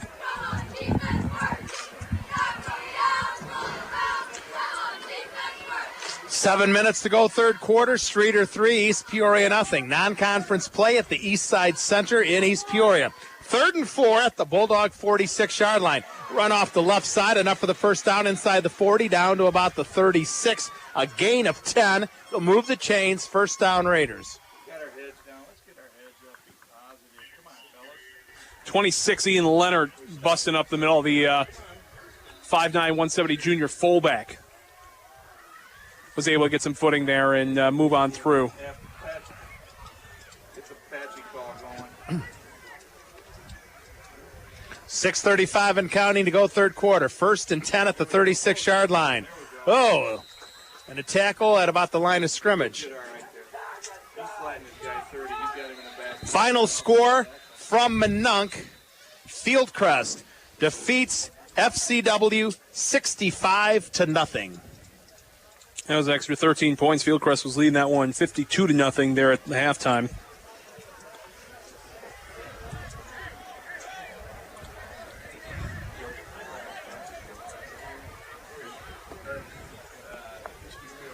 East Peoria player down.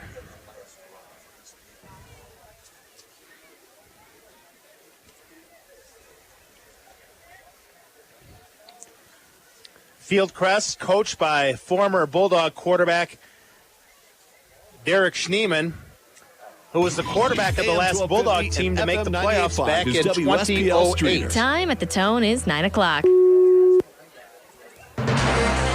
Time is stopped momentarily for the injured player, Nick. 6:22 to go, third quarter. Streator leads 3-0. East Peoria has it at the 35-yard line.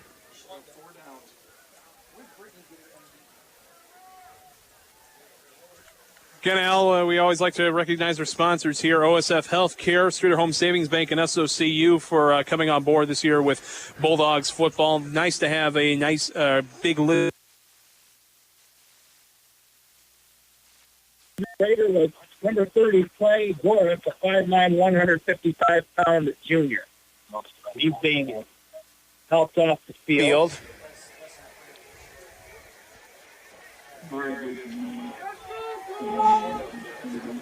One quarter done in Ottawa, scoreless between the Pirates and Chicago Leo. 2nd and 9. East Peoria at the Bulldog 35-yard line. Man in motion to the near side. He's going to take the pitch, spin move, and he'll be stopped at the 34. A gain of 1. It'll be 3rd and 8. Tell Cooper to come with his head up. You almost feared that kid.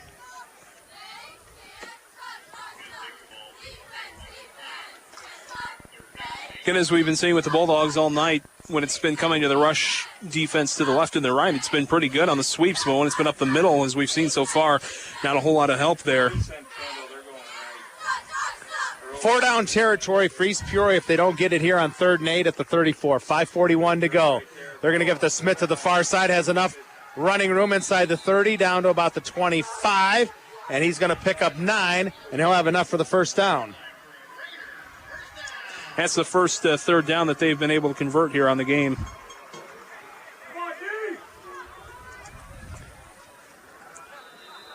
It's the 8th first down for the Raiders tonight. After 3 quarters of play, Marquette leads Hiawatha 40-0.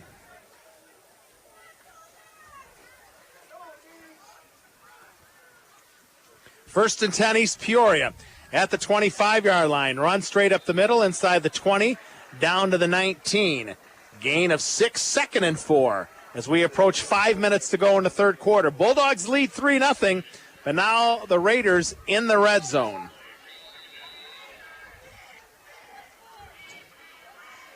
We'll see if the Bulldog defense can hold here. 2nd and 4. Raiders at the Bulldogs 19. Streator up 3-0. 4:49 to go, third quarter. Junior Hunter Purdue under center. Double tight end formation. Man in motion to the far side is Smith. Will take the pitch. And the Bulldogs string it out. They lose a tackle. And now inside the 15. and down to the 13-yard line, a gain of 6. And it'll be first down, Raiders. Starting to move the ball as it's been a lot of missed tackles here the past few plays. Been able to wrap up, just not hold on and bring them down.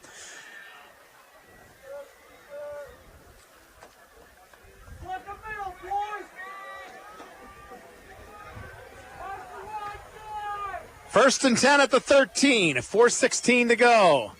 Purdue will hand off, man up the middle, inside the 5, down to the 4.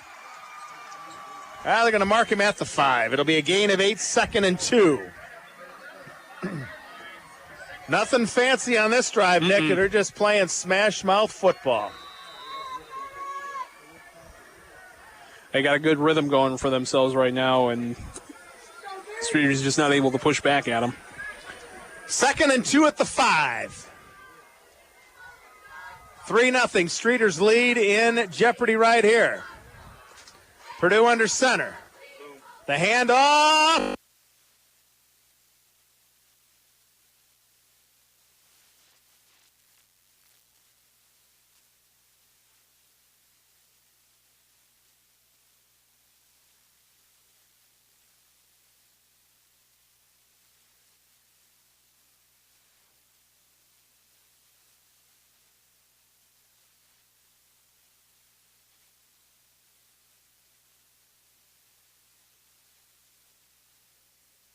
To him, and he's got some running room to the far side, to the goal line. Touchdown, East Peoria.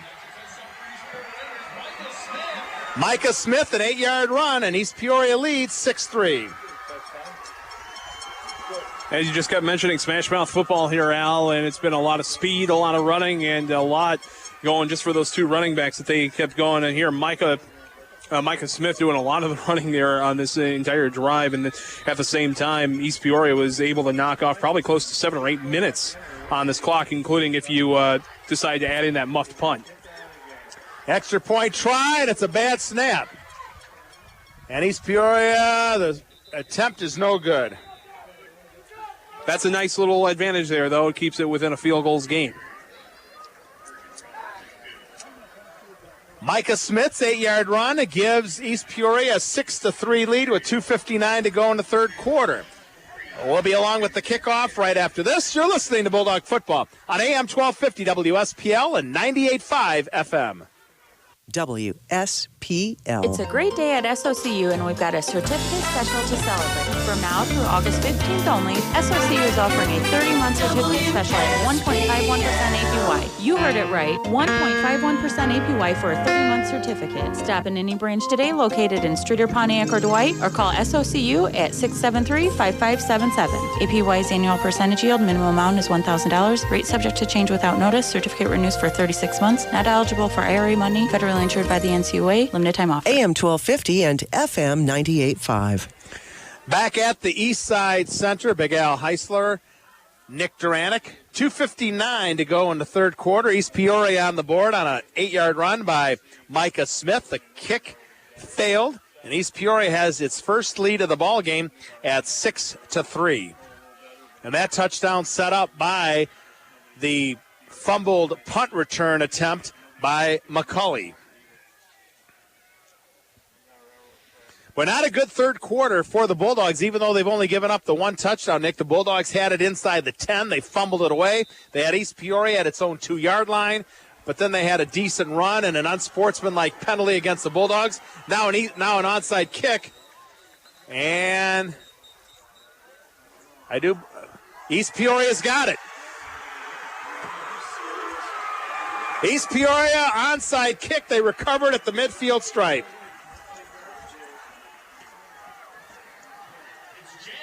They did the reverse earlier in the first half that got them some extra yards there. This time they're going with the onside kick. He gets them, and they got it just past the 10-yard line, or the 10-yard. What they needed for 10 yards there. They got about 11 and 10 and a half, 11 out of it. So got them off guard as Streator's playing a little bit further back at the same time. So it was a prime way to set that up and can give themselves the chance to extend their lead now. They're going to give East Peoria the ball at the Bulldog 49-yard line.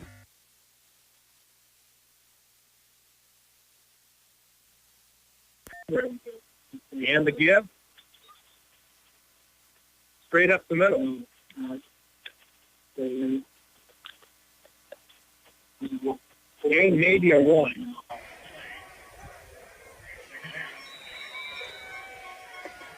East Peoria, the ball, a 6-3 lead, 2:39 to go, third quarter. So talking about that third quarter, fumble inside the 10, had East Peoria at its own 2, let them out with an unsportsmanlike. And then the Bulldogs with a fumbled punt return. And now an onside kick by East Peoria. They run it again, down to about the 46. A gain of 2. It'll be 3rd and long for the Raiders. Clock running, approaching 2 minutes to go, third quarter. 6-3, East Peoria with the lead. And something we haven't seen yet is a passing play. As we've noticed there in the first half that the pass was not doing anything for the Raiders, so they're keeping it all on the ground here in the third quarter. Yeah, just 2 of 6, 11 yards and 2 interceptions for the Raiders in the ball game. 3rd and 7. 3rd and 7, East Peoria at the Bulldog 46-yard line. Man in motion is Smith, and they give it to him. And not much gain, a yard or 2, and it'll be 4th down.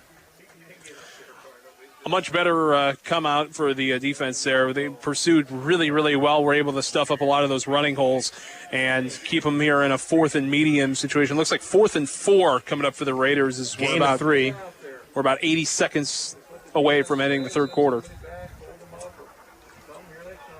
And it looks like they're going to go for it here, Al. They're going to go for it on 4th and 4 at the Streator 43-yard line.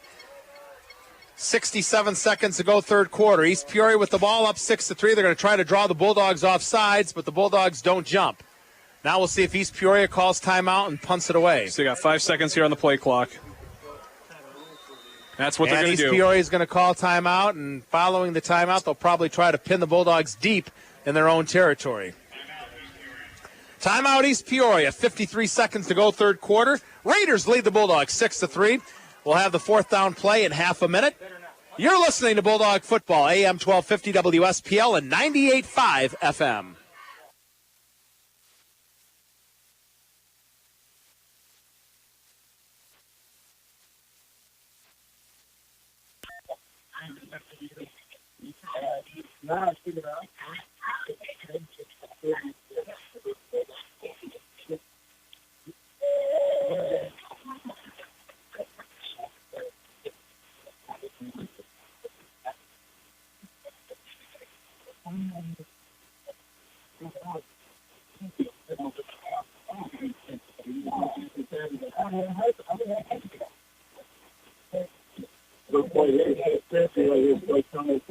How much time do we got?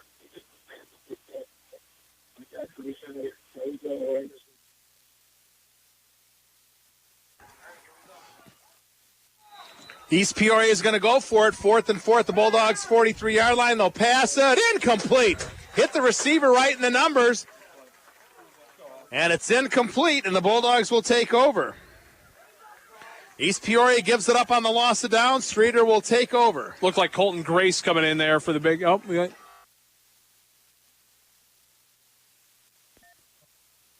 Now we'll see. If the Bulldogs put together a nice drive here in the final 48 seconds of the third quarter into the fourth quarter. Down 6-3. First time, Nick, the Bulldogs have had the ball trailing here tonight.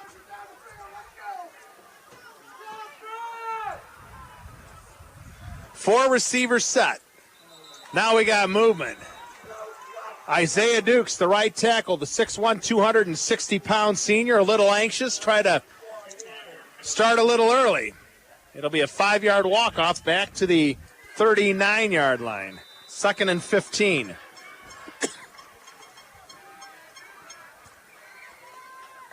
McCauley, man in motion to the far side. Bankendorf shotgun formation will hand off. Some running room by Dunkelberger. Midfield stripe to the 40-yard line. One man to beat. 35-30, 25-20, 15-10, 5. Touchdown, Dunkelberger. 61-yard touchdown, and the Bulldogs take the lead 9-6. One-play drive. Dunkelberger, 61 yards. And the Bulldog touchdowns this year brought to you by Farmers Insurance Touchdown. Farmers Insurance agent Matt McMullen. We are Farmers. We are Streator. Stop in and see Matt today and see what Farmers Insurance can do for you on North Monroe Street in Streator. Now, remember what we talked about here, Al, after a touchdown with the Farmers Insurance. And we have an injured player across the side, and it looks like it's Dunkelberger. And what do I have to do? You're supposed to sing the jingle, remember? I'm supposed to sing the jingle. And I'll do that after every Bulldog touchdown. Touchdown, Bulldogs. We are Farmers. Dun, dun, dun, dun, dun, dun, dun. Dun, dun, dun, dun, dun, dun. Don't cuss. 34 seconds to go. Streator now leads 9-6 as we get ready to see, as we'll get going here with our conversion here in a second after we get our injured player Mike Dunkelberger off the field here as he's jogging off, so he looks like he's all right. And with that 69-yard touchdown run, Dunkelberger with 101 yards in the contest now. It's always nice. You get the nice run there, and it jumps him over. Or 61-yard run. Pardon me. Now, well, he's only at 93. And the PAT up by Flores is good, so that'll put the Bulldogs up 4 here. And it's 10-6. Streator with 34 seconds to go here in the third quarter on the Solon Telford Funeral Home scoreboard. Final score, Marquette defeats Kirkland Hiawatha 55-0. So one of the few close games in the area being played here tonight at the Eastside Center with Streator up 10-6.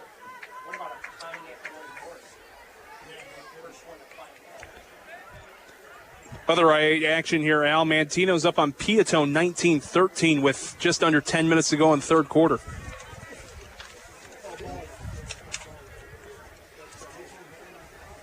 Now the Bulldogs need to play some defense.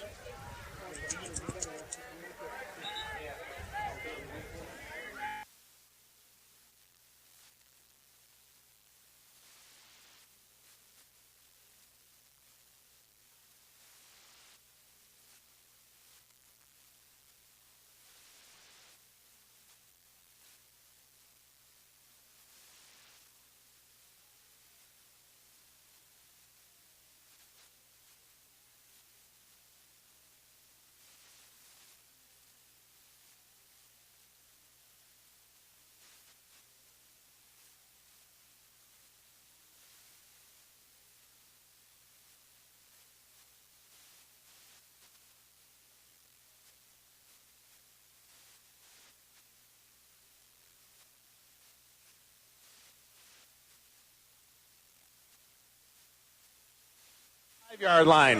Now they'll come to the near side of the 20, good wrap out to about the 25-yard line, and the Raiders will have it there 1st and 10 with 24 seconds to go in the third quarter.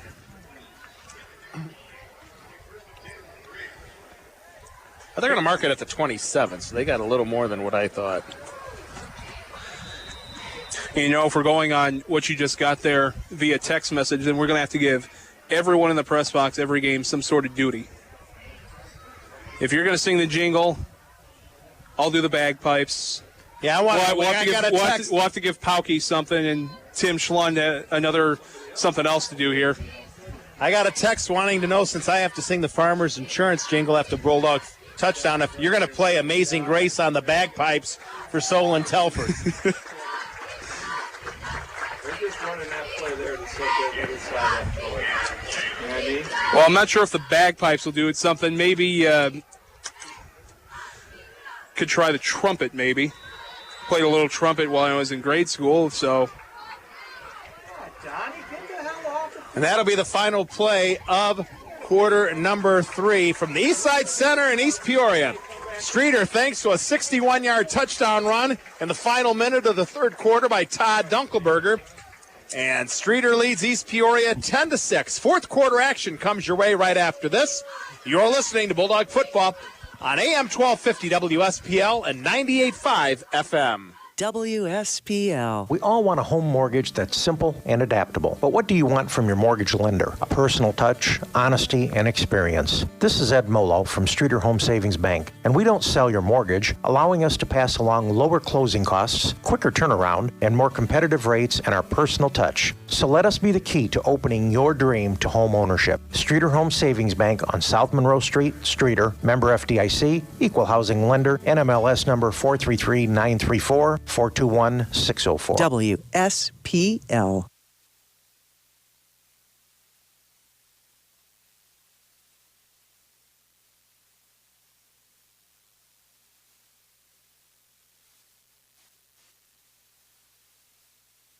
Your family's health is your top priority, and ours too, which is why OSF Healthcare delivered on its promise to open an emergency center in the Streator community.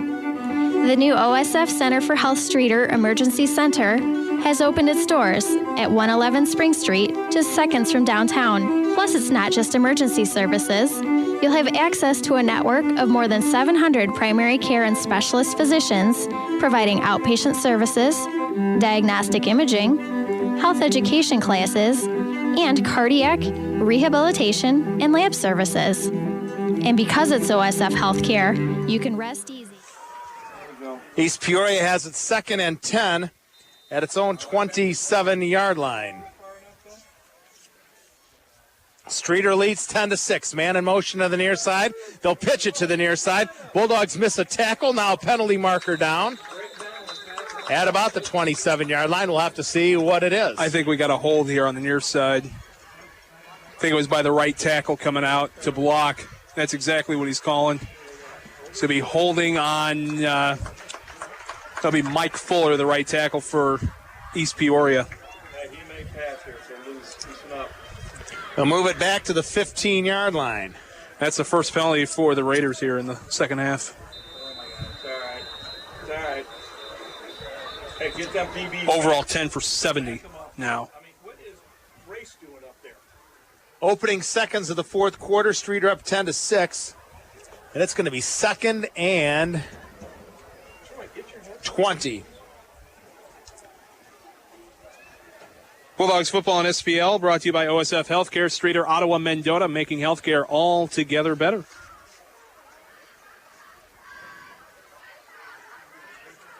Also brought to you by Streator Home Savings Bank, who've been in business in Streator since 1894 for savings accounts, checking accounts, and certificates of deposit. See the Streator Home Savings Bank, 132 South Monroe Street in downtown Streator. Now they're going to move the football up. Oh, the Bulldogs declined the penalty.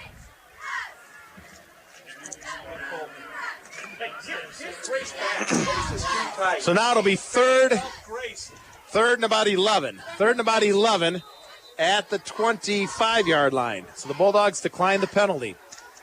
Purdue under center. Drops straight back. They're going to fire to the near side, and it's incomplete. Colton Grace with the coverage. Ball's incomplete. It'll be 4th down.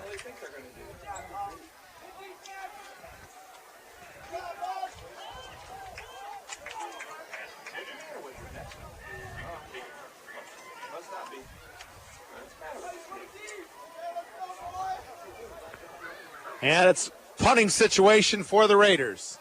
11:39 to go in the fourth quarter. Streator up 10-6, and the Bulldogs will get the ball back. As long as they can hold on to the punt this time. Hey, talk to him back here. Low punt, low snap. End over end kick, and it's caught and going down just short of the midfield stripe is Cooper Melvin.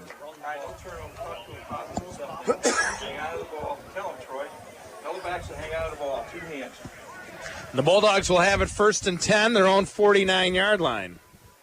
Now it's time for the Bulldogs, Nick, to try to chew some time off the clock here with the 4-point lead early in the fourth quarter. I think Casa would be also comfortable if they could probably, I would say, take down half the time that they got right now on the board, get in for a touchdown, make this a 2-score game. Always easier said than done, though, isn't Exactly. it? Bankendorf in shotgun formation. Man in motion to the near side is McCulley. And they're going to hand off to the man to the near side, and that's Mario Diaz, the senior running back. Right inside the 45, down to the, is that his 44-yard line? Second for 9 yards.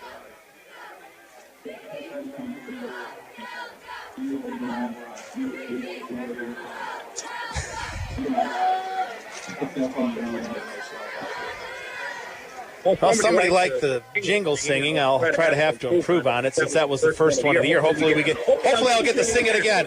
Diaz straight up the middle inside the 40, 35 to the 30, and he rumbles to the 30-yard line. He'll pick up, we'll say 14 yards. Maybe that's all the boost that the Bulldogs need is for them to score, and you can sing the jingle. I can't sing, but I'll try. I got some extra water here if you need to wet your whistle a little bit extra. I've got Mountain Dew, the nectar of the gods.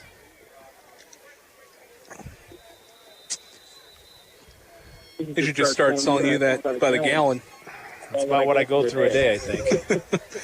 First and 10, Streator, East Peoria 30-yard line, 10:33 and counting to go in the ball game. Streator leads 10-6.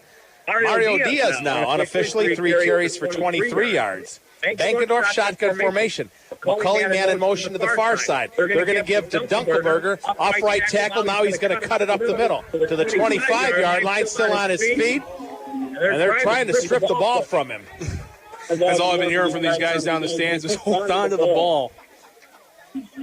I think everyone in the section right under us here in the visiting side of the press box was just yelling to hold on to the ball.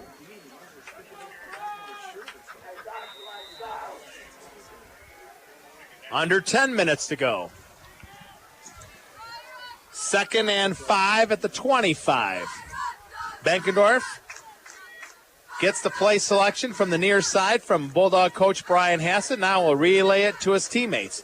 Streator now to the line of scrimmage. Colton Grace to the near side. Chad Moyer to the far side. Bankendorf shotgun formation.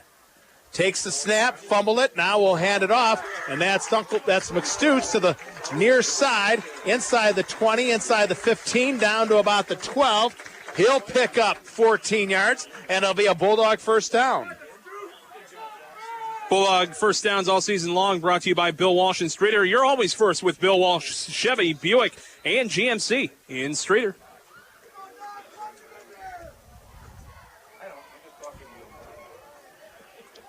This will be the third red zone trip for the day for the Bulldogs.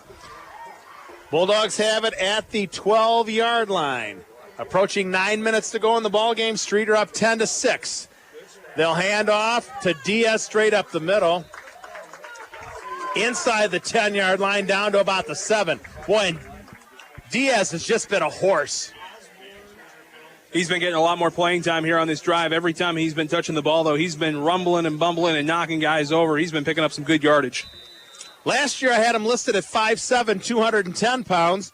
This year, 5'7", 185, so he's taken off about 25 pounds in the last year, and it's helped him. McStoots the handoff straight up the middle of the 5 to the goal line.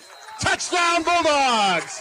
7-yard touchdown run for Dawson McStoots, and the Bulldogs lead 16-6. We are talking about Smash Mouth football there by East Peoria, and they're to get in there. A lot of Mario Diaz pushing up. That's all you need.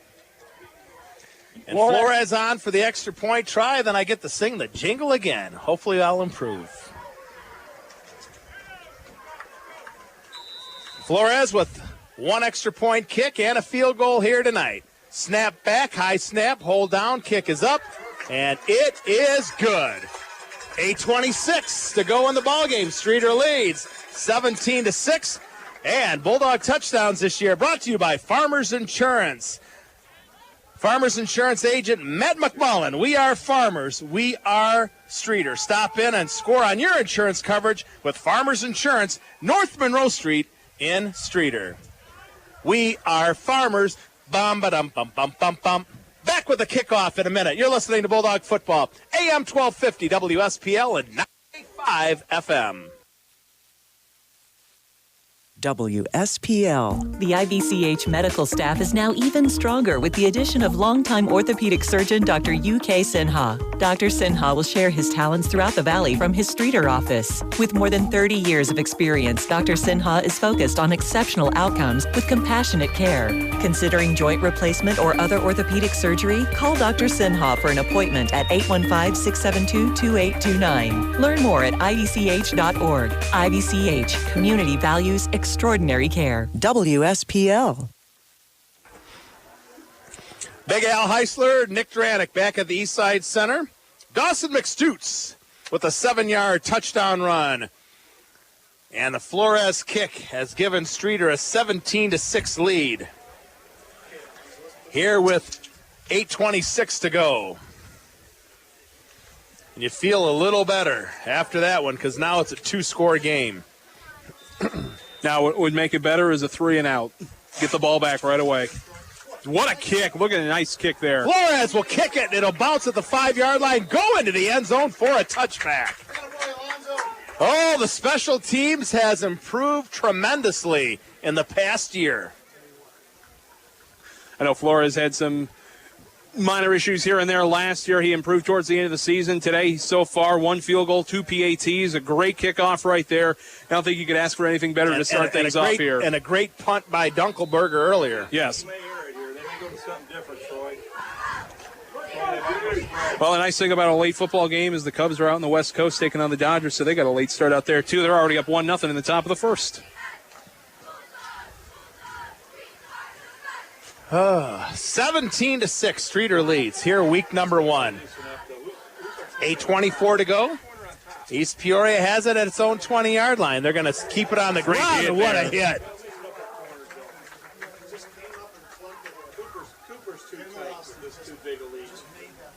And that's Kendall Austin, the 5'8", 210-pound senior, with a big hit.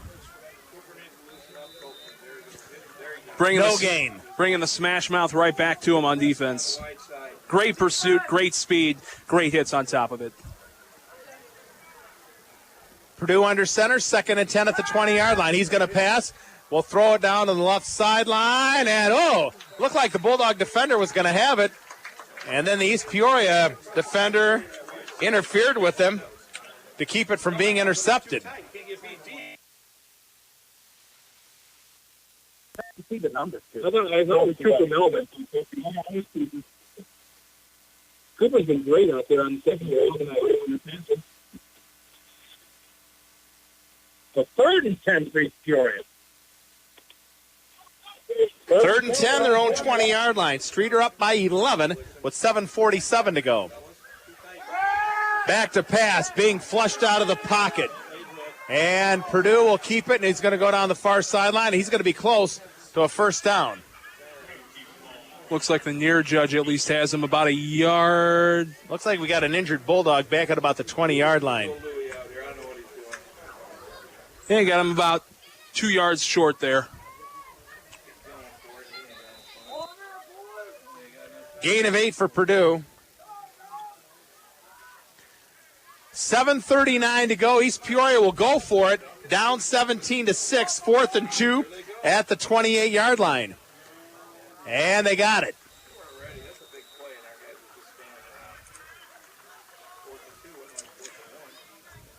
Tell our guys to quit helping them up. For God's sake, it's at the end of the game. They're tired and don't help them. Oh, we got so much. Ball at the 33-yard line. 7.5 minutes to go. Bulldogs lead by 11. Home opener next weekend at the Friendly Confines against Peatone. First and 10, 33-yard line. Man in motion to the far side. Purdue will keep it himself. And very short gain. From last I checked, Peatone was keeping it pretty close there with Mantino, who's 19-13 at the end of 3. Trying to go down here to see what I can get.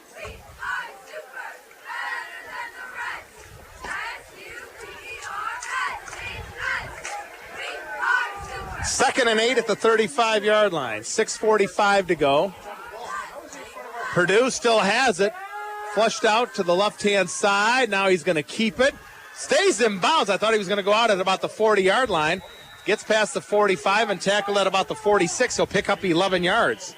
And he'll have enough for a Raider first down.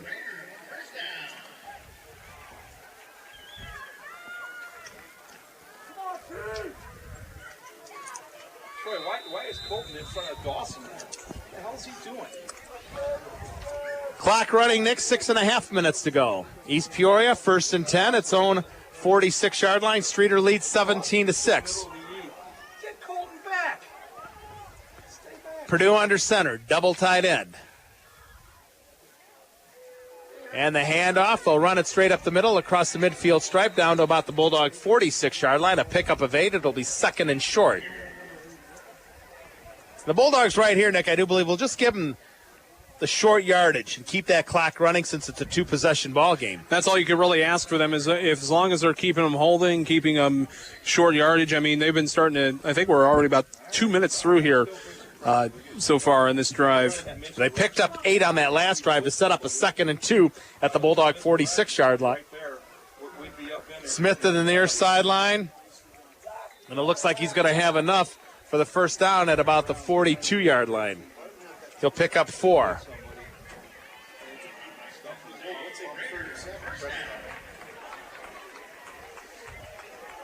It sounds like they've been getting a lot of games I'm starting to see on Twitter starting to go some delays up there themselves. But clear here.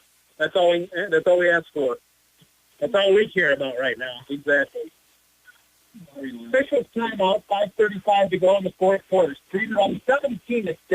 Each Peoria will have a 1st and 10 at the Bulldog 42-yard line. Streator's freshman impressive in the prelim here tonight, Nick, defeating East Peoria 47-0. Streator sophomores will play East Peoria tomorrow morning here at 10 o'clock. And again, that's a very impressive victory there. And as you were talking to Bubs there at halftime, Bubs also now the freshman coach, and I don't think he could ask for anything better to come out for his freshman debut here for this year at least.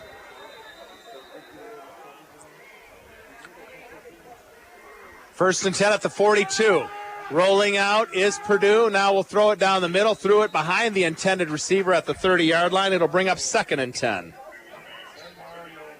Purdue now 2 of 10 for 11 yards and 2 interceptions. And that was something that Hassett was mentioning yesterday when I was talking to him, was that the Raiders are more of a ground team. So, seeing numbers like this from Hunter Purdue, not out of the ordinary, but at the same time, you'd like to see at least your quarterback at least have a successful night despite being very pass light. Another penalty. Bulldogs signaling it will be against East Peoria. Looked like a false start there.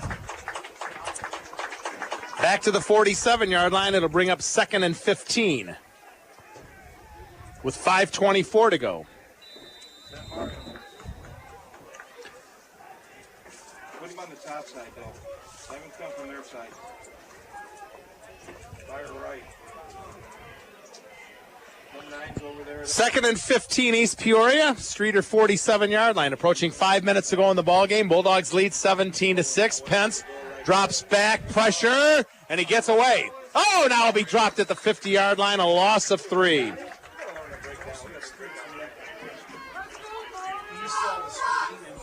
It'll be 3rd and 18 at the midfield stripe.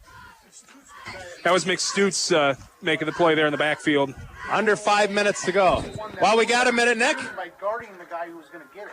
Congratulations to the Streator High School varsity volleyball team defeating Ottawa last night in 25-14, 25-19. Lady Bulldog volleyball team now 2-1 on the season. Also, the Streator varsity soccer team off to a 2-1 start. And I do believe they're hosting a tournament tomorrow, but a lot of rain in the forecast, or rain much of the day. 3rd and 18, they're going to set up a screen to the near side. It's caught by Smith, breaks one tackle, still on his feet. He'll be dropped at the 40-yard line, a gain of 10, but he'll still be 8 yards shy of a first down.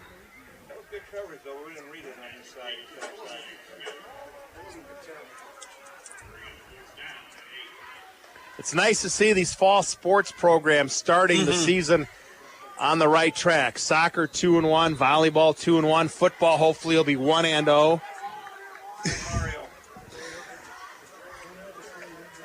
And something that's been nice to see out of a lot of the coaches this year from any of the fall sports, lots of enthusiasm. I know Carrie Benning for volleyball is hoping, and they had their first winning season in quite some time, 21-14 last year, and I know she's looking to at least LP to open up the season, but then after that, a couple of big wins after that. Ottawa and Chicago Leo, 0-0 at the half, and they are in a rain delay. Rain delay in Ottawa. Let's see what else. Saw a couple of other scores here. Lyle still 14-6 over Sandwich, 3:41 left in the game there. Wilmington's up on St. Joe Ogden, 48-12, with 8 minutes to go in that game.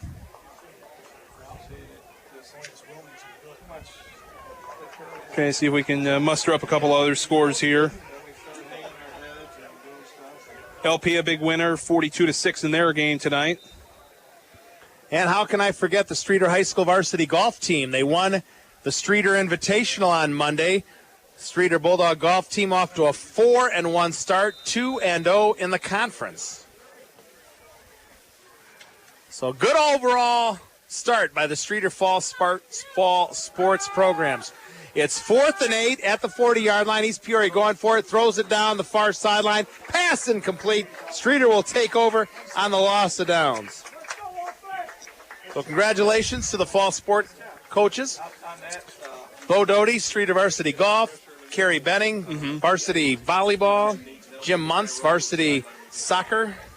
Was able to see a couple of the Bulldog golfers, including Adam Brown, up at the John Deere Classic a couple of weeks ago in the Quad Cities. He was there with a couple of guys there. Texted Bo Doty after I saw him there, and I guess most of the team was there catching in some PGA Tour golf, and that was the same weekend as the men's round was going on down at the Rio Olympics. So a couple of unknown guys there, but still a lot of great golf action there in the Quad Cities. Bulldogs take over on the loss of downs at the 40-yard line. And a give to McStutz, and he's got nowhere to go. Or Dunkelberger. By 22-23.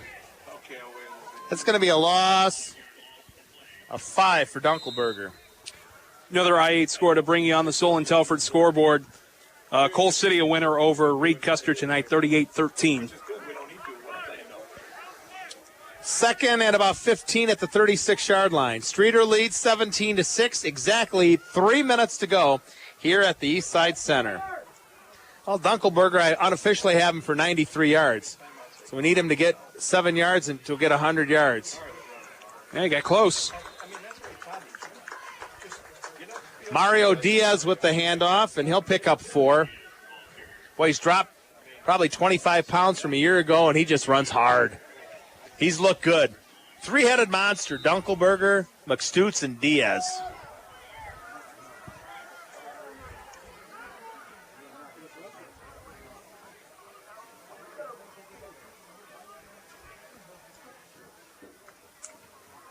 Ball at the 40-yard line, 2:17 and counting to go. Shotgun formation for Bankendorf. Give to Dunkelberger, nowhere to go. If I'm not mistaken, Bankendorf has only thrown one pass here in the second half. And that was a 22-yard completion.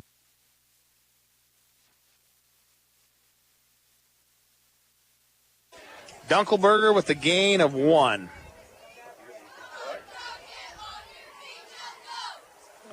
Clock stop, timeout on the field, 2:05 remaining. Fourth quarter, Streator up 17-6.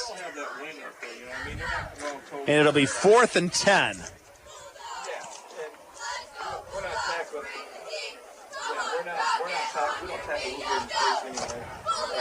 So Streator freshman 1-0. Streator varsity looking to go 1-0, and the Streator sophomores here tomorrow morning.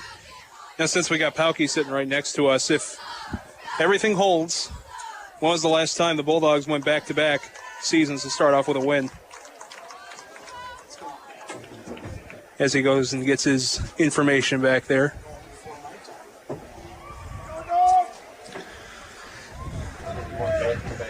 Back-to-back seasons when they started off with a win.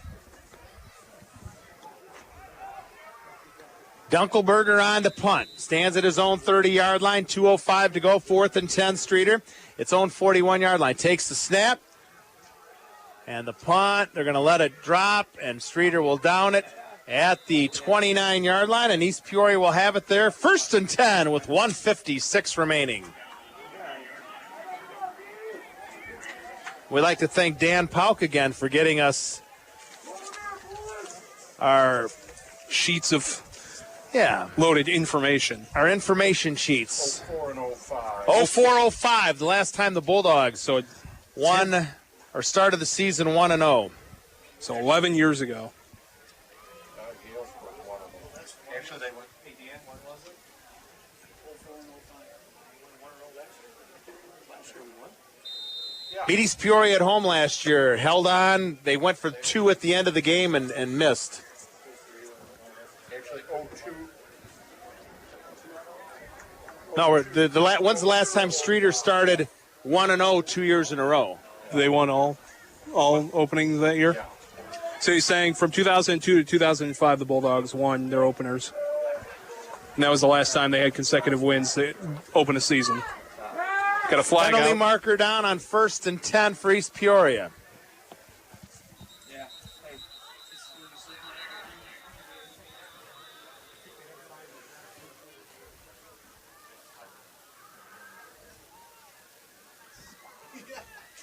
Still looking for the call here.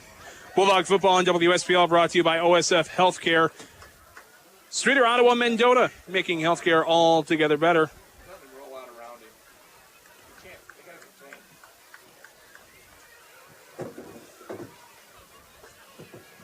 I didn't see what the call was.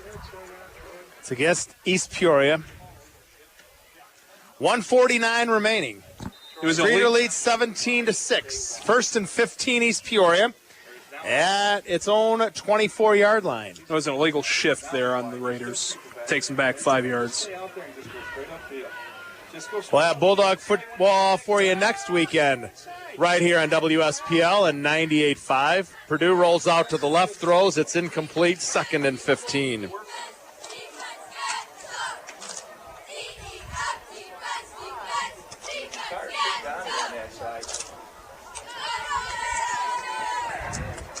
Couldn't ask for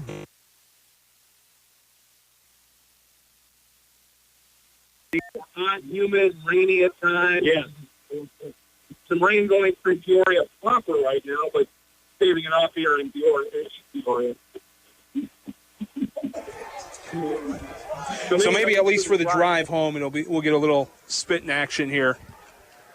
But that's okay. 2nd and 15. Purdue rolls out to the left, now forced to his right, and he's going to keep it, and he's going to go out of bounds at the 25-yard line. It'll be a gain of 1. Stops the clock with 1:32 remaining. Streator up by 11.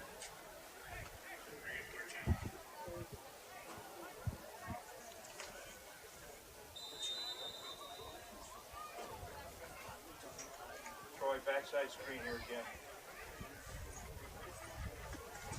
3rd and 14, East Peoria, its own 25-yard line. Purdue rolls out to the left, now throws, pass incomplete, 4th down coming up. 3rd down's not kind of the Raiders tonight with that. They're 1 for 10.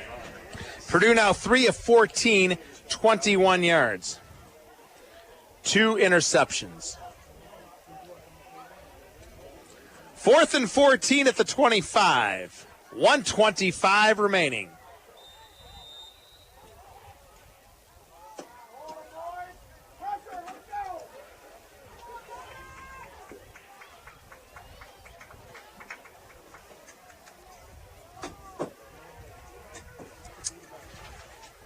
Purdue takes the snap, drops back, flushed out. He's going to go down. Dropped at the 20-yard line, a loss of 5. Bulldogs will take over on the loss of down, and that will lead to a Bulldog victory here tonight. Streator, all it needs to do is go down to one knee, and it'll be all academic. Streator will start the season 1-0. and head to the friendly confines next week for non-conference action against Piatone. We'll have that game for you live here on WSPL. Speaking of Piatone, they fall short against Mantino tonight, 19-13.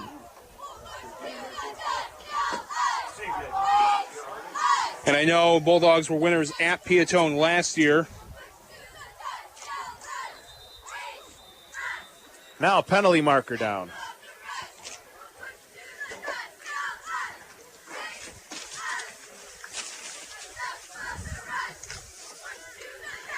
But I think when you really look at it, Al, here in the second half, it was getting all that rust out in the first half. You know, as you mentioned, 20 total yards there in the first half for the Bulldogs, and they come out real strong here in the second half.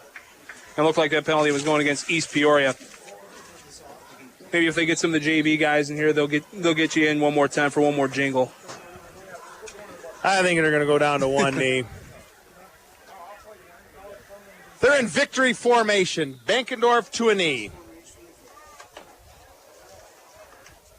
It never gets old. Victory formation. 65 seconds to go. We need someone to sponsor Bulldog victories, and then we can sing the fight song.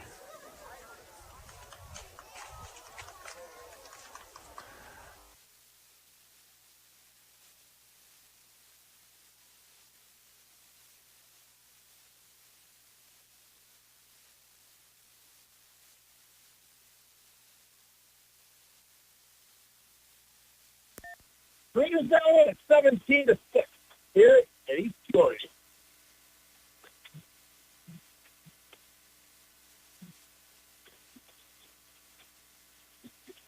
Back in. There we go. That'll be it. I guess I'm going to wait till sign-off to say what I want to say. So you have to just stick around a little longer here. From East Side Center and East Peoria. Final score, Streator 17, East Peoria 6. We'll be along with the post-game show and what I've been waiting to say for a little while. All that and more coming your way during our post-game show here from the East Side Center. Streator wins at 17-6. Post-game show right after this. You're listening to Bulldog Football, AM 1250 WSPL and 98.5 FM. WSPL. The IBCH medical staff is now even stronger with the addition of longtime orthopedic surgeon Dr. UK Sinha. Dr. Sinha will share his talents throughout the valley from his Streator office. With more than 30 years of experience, Dr. Sinha is focused on exceptional outcomes with compassionate care.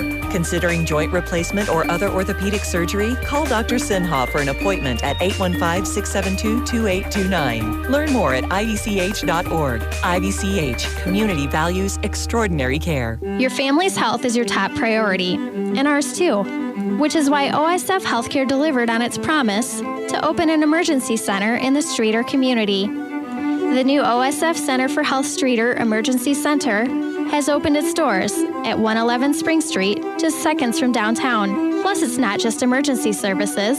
You'll have access to a network of more than 700 primary care and specialist physicians providing outpatient services, diagnostic imaging, health education classes, and cardiac, rehabilitation, and lab services. And because it's OSF Healthcare, you can rest easy knowing you'll have access to Children's Hospital of Illinois, Illinois Neurological Institute, HeartCare Midwest, and OSF On Call.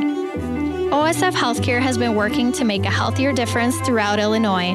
And now, we're proud to say we are here for Streator too. Visit osfhealthcare.org/Streator. Making funeral arrangements can be one of the hardest things a person can do. That is why today, more than ever, people are choosing to talk about their final wishes before the need arises. My name is Jason Telford, and as the owner of the Solon Telford Funeral Home, I have witnessed firsthand how much easier the funeral process can be when pre-arrangements have been made. Whether you simply express your wishes to your funeral director or fully fund your funeral with nothing more to pay in the future, making funeral pre-arrangements can ease the emotional and financial burden on your family. For more information or a free consultation, contact us today at 672-2320, the Solon Telford Funeral Home, understanding what matters most for over 100 years.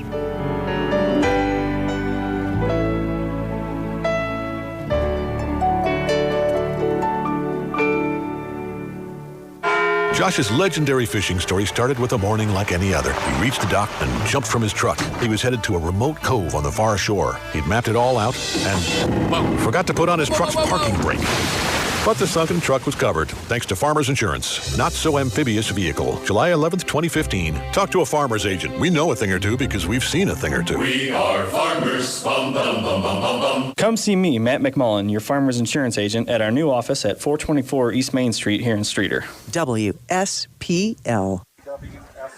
Big Al Heisler, Nick Duranick back at the East Side Center in East Peoria, where tonight the Streator Bulldogs defeat the East Peoria Raiders 17-6 in non-conference action. Week number 1 of the 2016 football season. Taking a look at the scoring here this evening. It was a scoreless first quarter. Bulldogs got on the board with 8:50 to go in the second quarter on a 34-yard field goal by Alonzo Flores, and that put Streator up 3-0. The Bulldogs led 3-0 at the half. But then East Peoria would take its only lead of the ball game with 2:59 to go in the third quarter on an 8-yard run by Micah Smith. The kick failed, and East Peoria led 6-3. That lead did not last long as Todd Dunkelberger had a 69-yard touchdown run with 34 seconds to go in the third quarter. Flores added the kick, and Streator led 10-6 after 3 quarters. The Bulldogs would put the game away on a 7-yard run by Dawson McStutes with 8:26 to go in the ball game. Flores added the kick, and Streator wins it 17-6. Taking a look at stats for the Bulldogs, Todd Dunkelberger unofficially 12 carries, 94 yards. Dawson McStutes 6 totes for 31 yards. Mario Diaz had 5 carries for 32 yards. John Bankendorf 3 carries for minus 19 yards. Passing department, Bankendorf 3 of 9 for 42 yards. Receiving, Preston McCulley, 2 catches, 36 yards. Cooper Melvin had a catch for 6 yards. So Streator wins the varsity contest 17-6. They go to 0-1. Streator freshmen victorious in the prelim by a score of 47-0. They are 1-0. Streator sophomores will be here tomorrow morning for a 10 o'clock kickoff. And Al, I think this is, you look at both sides there, freshmen, and it looks like freshmen, handled their game real well, 47-0. Today was getting the rust out in the first half. As you mentioned at halftime, 20 total yards for the Bulldogs, mainly on the ground, and they came out big. They came out hard here in the second half, leading and not even letting that lead slip away for too long at the same time. So they came out very, very strong.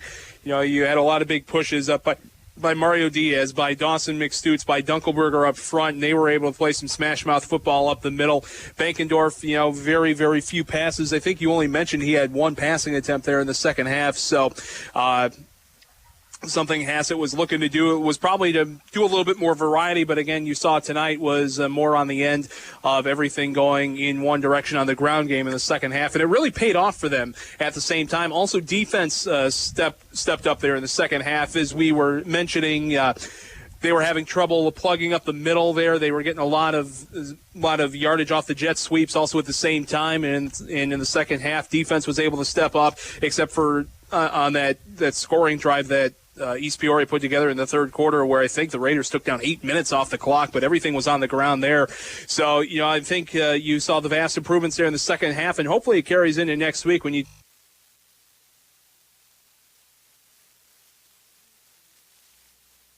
mentioned there. Peatone, not a conference game this year.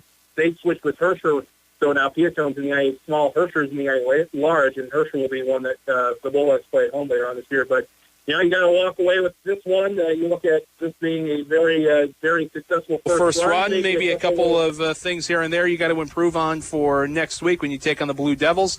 But all in all, I would think Coach Hassett is very satisfied to come away here with an 11-point victory. Bulldogs win it 17-6. They return to action next Friday at the Streator Athletic Field. Kickoff is set for, I do believe, 7 o'clock, somewhere in that neighborhood.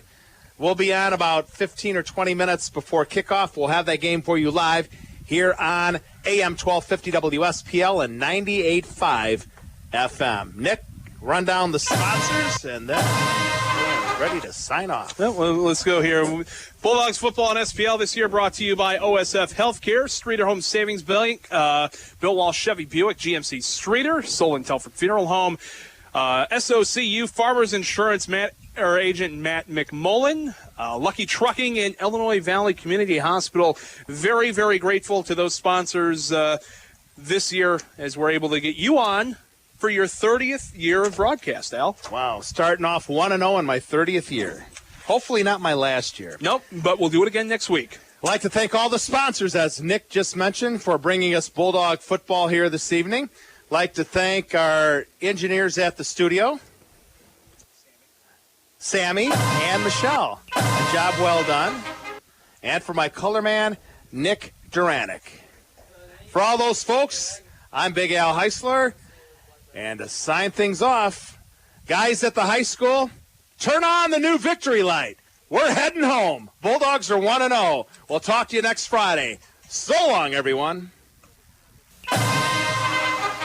Thanks for listening to Streator Bulldogs football on WSPL. Tune in next week when the Bulldogs take on the Piatone Blue Devils in a cross-conference matchup in Streator. Bulldogs football is brought to you in part by OSF Healthcare, Streator Home Savings Bank, Bill Walsh Chevy Buick GMC Streator, Solon Telford Funeral Home, SOCU, Farmers Insurance Agent Matt McMullen, Lucky Trucking, and Illinois Valley Community Hospital. Good night.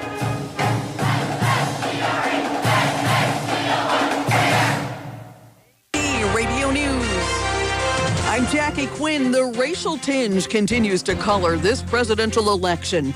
Donald Trump has been calling Hillary Clinton a bigot, while her vice presidential nominee Tim